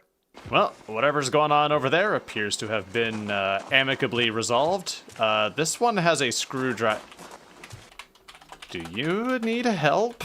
No, I think I'm good. Okay. There's too much violence in this town. I agree with you, lady. Oh, speaking of violence in this town, something bad happened here. This poor looter got murdered. And now he's dead. I knew this was going to happen someday. Yeah, it was unavoidable, really. When people started coughing back in 2020, I too just randomly went out with a backpack and a baseball bat and just started ransacking my neighbors. What the hell? Why? So I'm just gonna throw all this stuff on the ground, because some of it, these don't have holes in them. These gloves are nicer than my gloves. Yeah, I'm taking these. Fruit jam. This is just fruit jam. It's just a normal jar. There's a fresh burger in here. There's just a fresh burger in here. Jim, eat the burger. There is a whole barbell in here that I have found. Okay. What a unique place this is. I am never able to find the barbell. That's kind of amazing. So, fun fact, one of the things I needed was a map so I could find where the nearby hardware store was. I kind of refused to, you know, check the actual PZ map to see where it was. I wanted to do things authentically and, you know, explore things myself. But then I found this truck full of supplies, and I no longer need that raggedy-ass hardware store. I didn't want it anyways. I didn't even like it. You know what? It was ugly, and a lot of people have probably been inside of it, so I don't want it anymore. I'm lashing out, okay? But look at all the stuff I found! That is one hell of a haul, which meant it was time to go home. We need to do something right now. I agree. I'm gonna go home and barricade my windows. Goodbye. It would appear that more people have come to hang out outside of this dude's burned house. He has switched from reading a book to drinking his problems away. Honestly, a fair progression as far as events go. Ah, home sweet home. Okay. Alright, and now we just reinforce this place from the inside.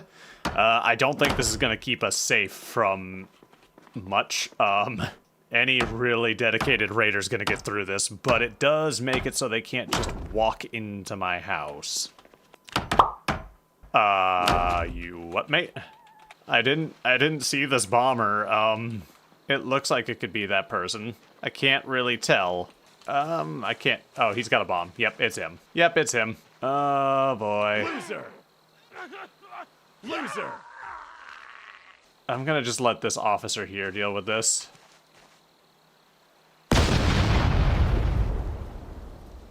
Well done. Doesn't even stop to check on anything that just came of this. Just walks away. Giga Chad police officer. A fine show of police work, if ever there was one. It was also a fine demonstration of just how unsafe it is here now. This neighborhood wasn't going to last for me much longer. I needed to pack up, and I needed to get out of here. And of course, some people heard that Jim was leaving, and they decided to come collect his late HOA fees. Oh dear. Okay. There is an outbreak of violence. Get away from my house. Oh, the cops are coming. Perfect. Oh, okay, yep, okay, we'll just sit here and let that, sort itself out. Hi, officers, how you doing? Alright, bye. Thanks for keeping our community safe. You terrify the shit out of me. I'm just gonna take this duffel bag. Yeah, you can't save him, he's gone. He's a goner, bro. Let him go. It's over. We'll just throw these duffel bags onto the ground. All these bags make my life very easy. All of, yeah, just all of this, please. Apparently I'm getting depressed. Looting all these bodies is, doing a number on me. Luckily, I've got silly juice. Jim had a long, tedious, boring day of packing up everything he owned and getting the hell out of Dodge. Just several trips back and forth to the trunk of my car from the inside of my trailer. I think I've got pretty much everything I kind of care about here. I'm just gonna try and unload some stuff so I'm not breaking my ankles walking around like this. But we are moving out of civilization, my friends. Hey! I remember this. I murdered all of you. Well, it wasn't really murder. It was more like a very, very gleeful self-defense. And then after that, it was time to head up north to a farmhouse that I'm very familiar with at this point in my life. The farmhouse just north of the CDDA house. Ah, here we are. A place I've been many a time. Can I come in? You know what? I might be able to get in here, actually, if I just befriend all these people. Apparently, it's just that easy. Who are you? Oh, it's another Dan. Okay. We've got Okay. Owies. Hi. Follow me. Christ, man. You didn't have to do that to me. Making friends is difficult. So, I have so generously decided to share my home with these lovely folks. And I'm pretty sure they've been taking my items, because they keep going missing after I unpack them. And that simply won't do. So we're gonna go ahead and just resolve that real quick. Can I get all of you out here, please? All of you follow me, single file line. Alright, 2 out of 3. There you are.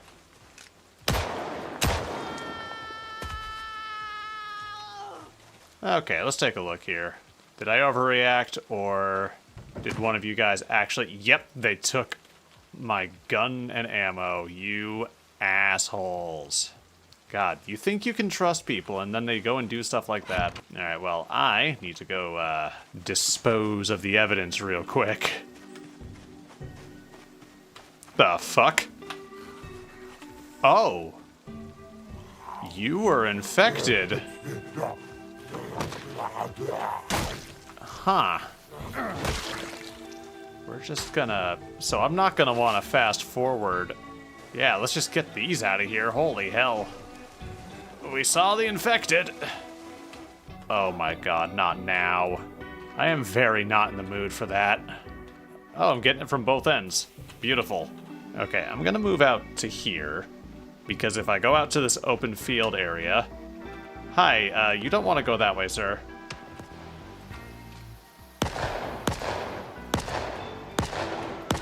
I missed every shot, I missed every shot, I missed every shot, I missed every shot. The criminal situation is... Never mind, I thought it was resolving itself. It is... Well, it's still kind of resolving itself, perhaps. I see a bunch of people in bathrobes. Are these criminals? What is going on out here? I am very concerned for my safety. I will be going inside. Oh, there are zombies now. There are straight up zombies. Ow. Where? Forearm. Yeah, my swinging speed's all messed up.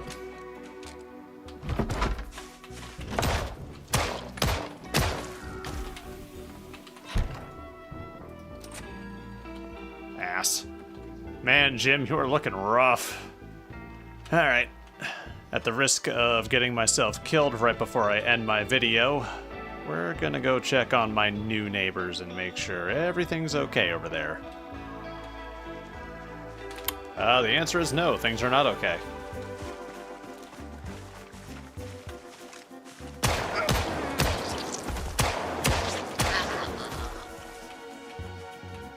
Ow. Whoa, hi. Hi. Hi.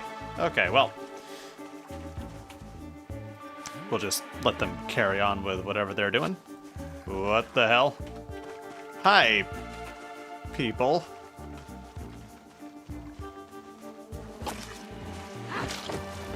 Oh, I was right next to a zombie. They reanimated, he reanimated right next to me. That's terrifying. Well, thanks for saving me. I'm going back in to my house. You all have a fantastic day.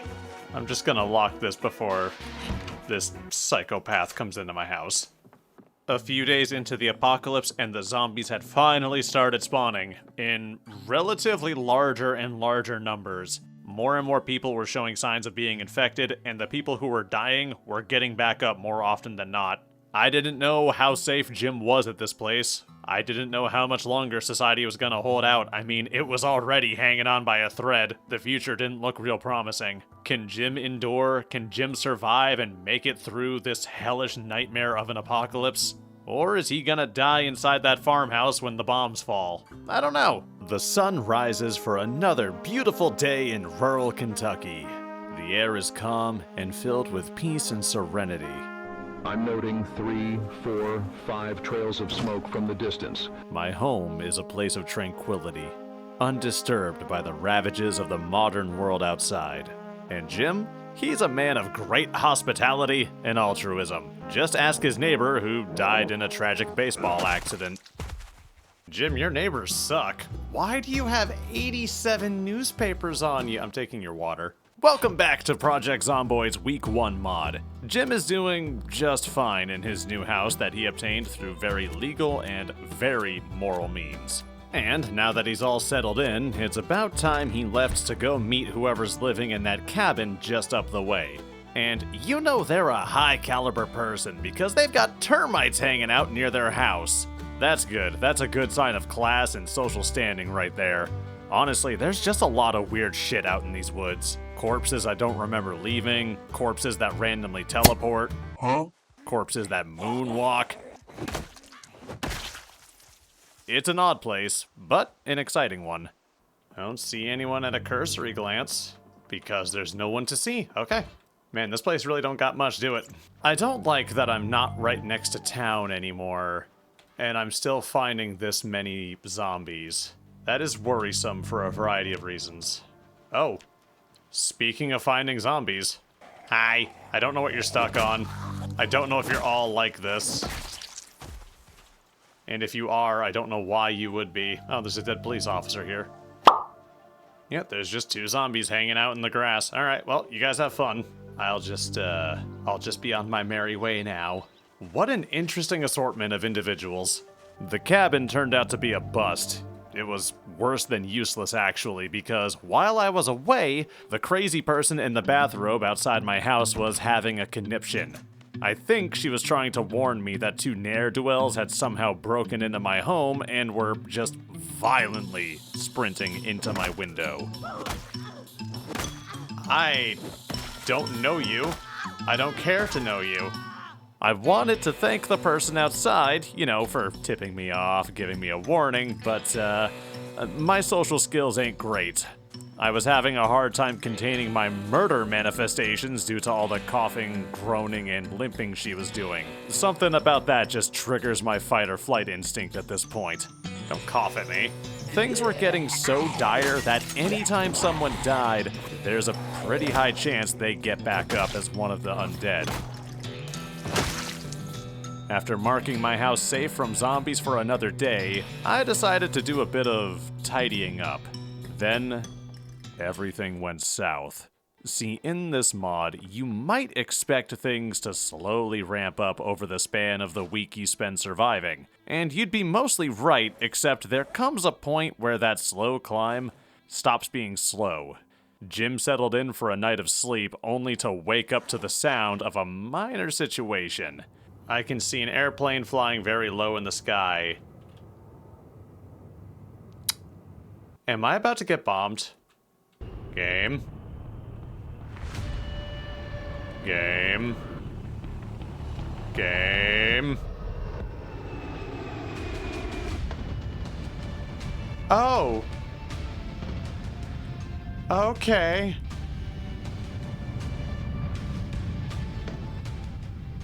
Oh. Am I safe down here?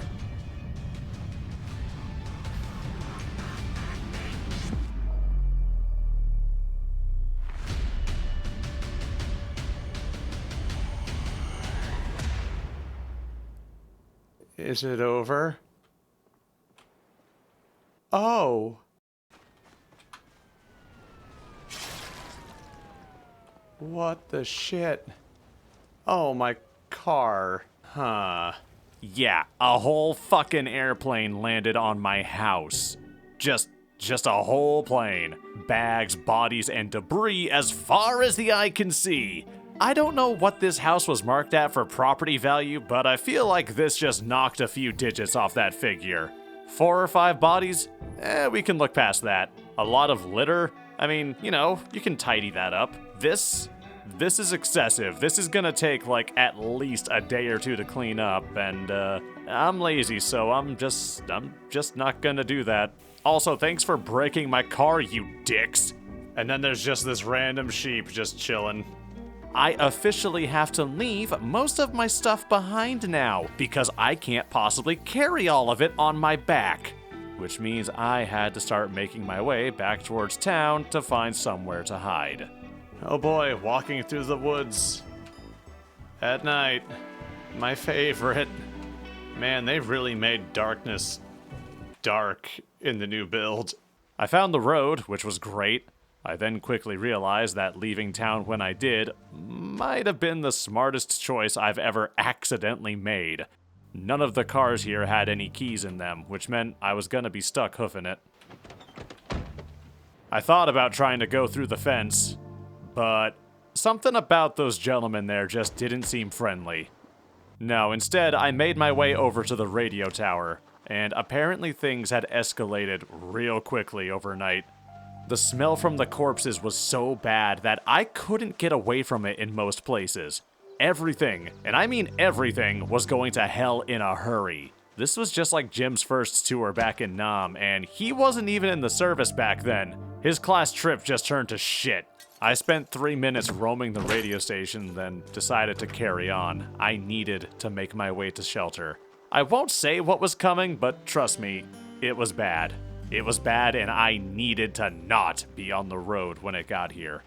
It sucks that I can't use my, house anymore as a holdout, cause some drunk driving asshole crashed an airplane into it, it seems. But, you know, whatever. Oh god, that startled me. Today's Wednesday, my dudes. How you feeling, Jim? You're probably tired. You haven't had a full night's rest. You know, we went from getting alerts every 5 minutes of, like, break-ins and raiders and bandits to, radio silence. Real fucking quick. I found a place of respite that I know all too well by this point. I also found it currently being occupied, but like a loose board or an unwanted child, I was able to solve that problem with the liberal application of a hammer. This is a place I love dearly. A well, a stove, a place to sleep, plenty of space for crops. It's got it all, except for one small issue. I need a basement. I needed to find a basement, and I needed to find it in a fucking hurry. I traveled through the woods out into the nearby farmlands. The closer I got back to civilization, the worse things got. I will say I'm a little concerned that the chopper there means that any police I see from this point forward might be hostile by default, but I don't know if that's true. I don't know if that's the case, and I really don't want to find out. There are some houses up this way, which is good. Well, that's probably not a good sign. I was immediately warned of criminal mischief and unneighborly conduct in my immediate area. Cannibalism was one thing, but it paled in comparison to the sight of that man loitering down there. I hoped and prayed the small platoon of SWAT agents would be able to handle that miscreant. I wouldn't be able to stick around and see how it went, though. I needed to keep moving. Well, I don't want to be here anymore. Imminent decontamination procedure scheduled. Remain calm. Follow all official instructions. I repeat, remain calm and follow all official instructions. Yep, that's great. Remaining calm. Following instructions. I'm just gonna take these nails real quick. Don't mind me. I need those in case I have to... Oh, they're dropping leaflets. Oh. Oh. Sir, you can't park there. Okay, well, I'm not hanging out here. Would appear that this house is not an option now. Asshole. I'm just gonna eat a quarter of my pizza while I walk down the road. This is the only thing Jim has left that brings him joy. Apparently something called decontamination was coming. The game was really trying to let me know that time was a luxury now, and I was very much a broke-ass bitch. Things were pretty calm out here in the farmlands. There wasn't anyone for miles that could threaten my safety.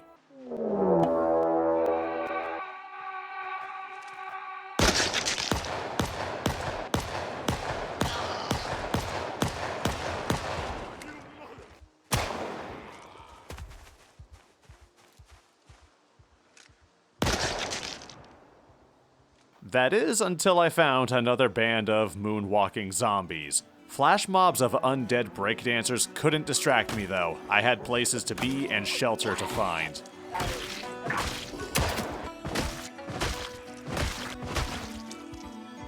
And I ended up finding a nice place to hunker down in. Somewhere I could hide while I looked for, you know, actual shelter. Alright, they don't seem to actually mind that I'm here. That's good.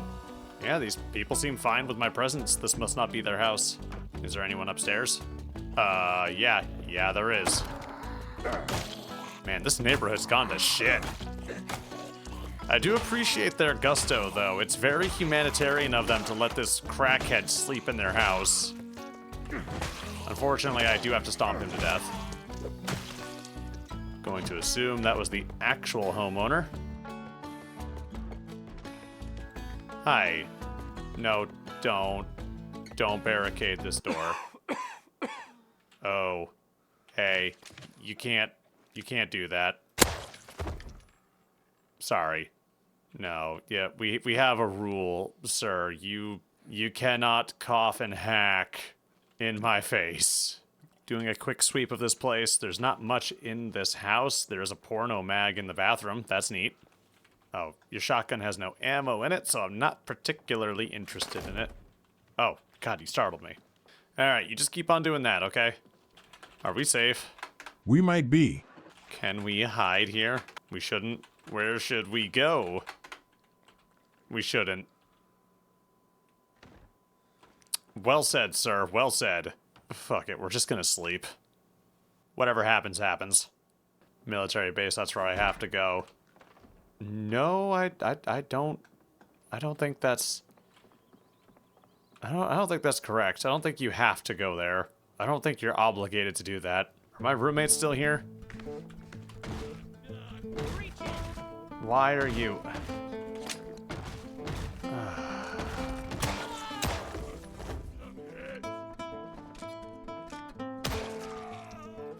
Okay, well, now I'm the only one that lives here. You know, I'm rested enough, I can probably go check out the garage. Alright, let's see. Does wearing this help with the stink? I'm gonna wear this real quick, see what this does. Nope, this does not make the stink not stink. Okay. Nah, shit, they came back for their deposit. Y'all were infected and you didn't tell me? That's really rude of you. Not very cash money. Kind of a dick move. Alright, let's go see what the neighbors are up to. Never mind, I am no longer interested in what the neighbors are up to. Okay, maybe I'm interested in what this guy's up to. Yeah. Okay, that is some relatively bandit-esque behavior. I'm gonna go back home. Can I fucking help you? Get off of my door. Ass. Hey, did you get up? Yep, you did. Welcome back. Good night. You know, for my own safety, I'm just gonna take you guys out of the hallway here. That way, you can't ambush me come morning. And we're just gonna have a little bit of sleepy time. Good morning. It's another beautiful day. That is a hell of a thing to get greeted by first thing in the morning, guys. After a full day of rest, I set off back towards town. Houses out here were sparse, and that meant I was safer from hordes, but it also meant places that would protect me from the upcoming decontamination procedure were pretty far and few. I didn't want to go back into civilization, but, well, this is Project Zomboid. The whole game centers around you making hard choices that you really don't want to make. That's just how it works. I don't play this game because it's easy or because it's calming and relaxing. I play it because I have chronically low blood pressure and I desperately need to rectify that. Unfortunately, things in town were escalating rapidly. I couldn't see civilians anywhere. I did see a lot of former civilians having a shootout with a lot of formerly living civilians. Oh wow, that's bad. Oh my god. What the fuck? Also, the Army is absolutely violating the NAP. Hi, Army. Are you guys actually hostile? Nope, I'm fine for now. There you go. Never mind, no I'm not. If it moves, it gets shot. And Jim? Oh, he moves. He doesn't move fast, but he moves. Car, don't go that way. Especially if there's an unoccupied house he can go squat in. Come on, basement, basement. Yes, this is a basement. This is a basement. We would just need to make some adjustments. I'll just be hanging out down here. Hey, look, it's got stuff. Don't come down here. For the love of God, don't come down here. Just gonna grab everything here that's, like, immediately edible. Alright, we're gonna take this chair with me. Yep, just this whole ass chair. Lock the door. Alright, let me just take this chair out of my front pocket. Okay, and we're just gonna sit down. And we're just gonna wait this out. We're just gonna sit here and wait this out. Everything's fine. No harm will come to us down here. This is the safe place. This is where the safety is. No harm will befall me down here. That's the minigun just going apeshit out there. That's fine. That's fine. I am where bullets cannot reach me. As long as I'm down here, the bad things can't hurt me. And once all was said and done, it happened. Our special decontamination procedure. And I'm just gonna let the commentary speak for itself here. This is fine. You guys just settle your gentlemen's disputes out there. I'll be in here. Jim, I don't know why you're so stressed. Everything's fine, dude. Everything's A-okay. Just relax. Just try not to think about it all. Can you all keep it the fuck down out there?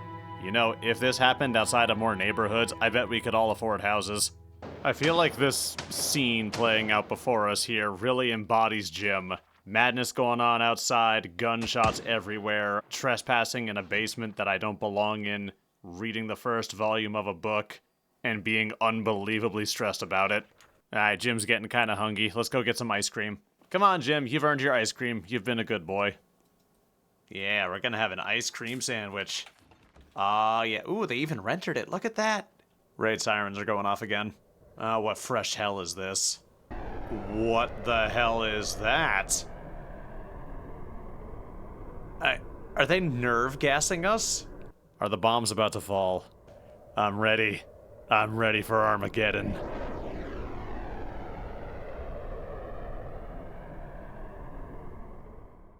Alright, bit of a tease. Oh, wow, they're crop dusting. Oh, wait. Oh, the building's on fire. What the hell is going on out there? Agitated. You know, if ever there was a time that you should be allowed to be nervous or anxious, Jim, it's now. It is now. That sounds fine. I'm sure that's not worth worrying about. Okay. We do a little bombing runs here and there. I'm a little peckish. I know that's a bombing run, but it sounds like someone's knocking, and I'm not opening the door. Alright, let's go see how bad this is. Oh, that's fine. Well, I mean, it missed my basement completely. That's pretty funny. That's pretty cool. We like that.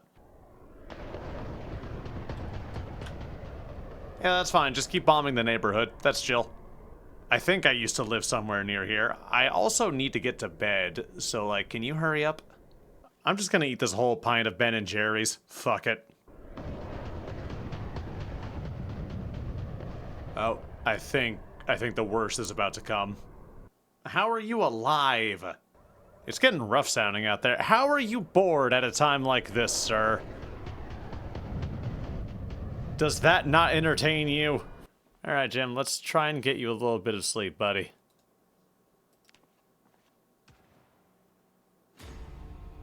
Alright, it's Friday. I am down to normal tired. There is a firefight happening outside of my house. Again, I'm gonna move this so that way I can't be seen from the doorway. There you go, Jim. Just have a nice seat. You're gonna eat this cereal. The cereal will make you feel better. Oh!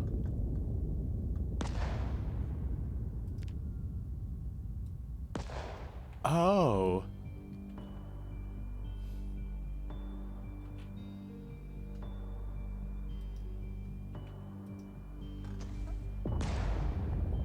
Oh, no, never mind. Leave that there. Leave that table there. Just leave the table there, Jim. Let's put this on our back. Because we're probably gonna need it. Enjoy your juice box, buddy. Throw that on the floor. Throw that in my bag. Throw that on the floor.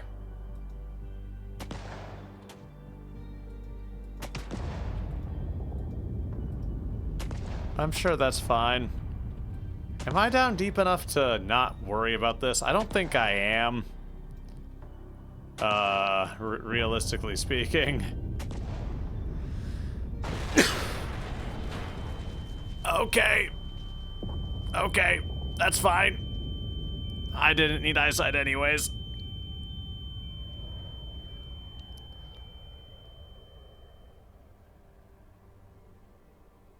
Is it over?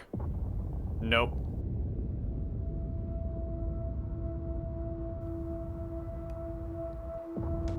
Oh, they're still going. Holy shit.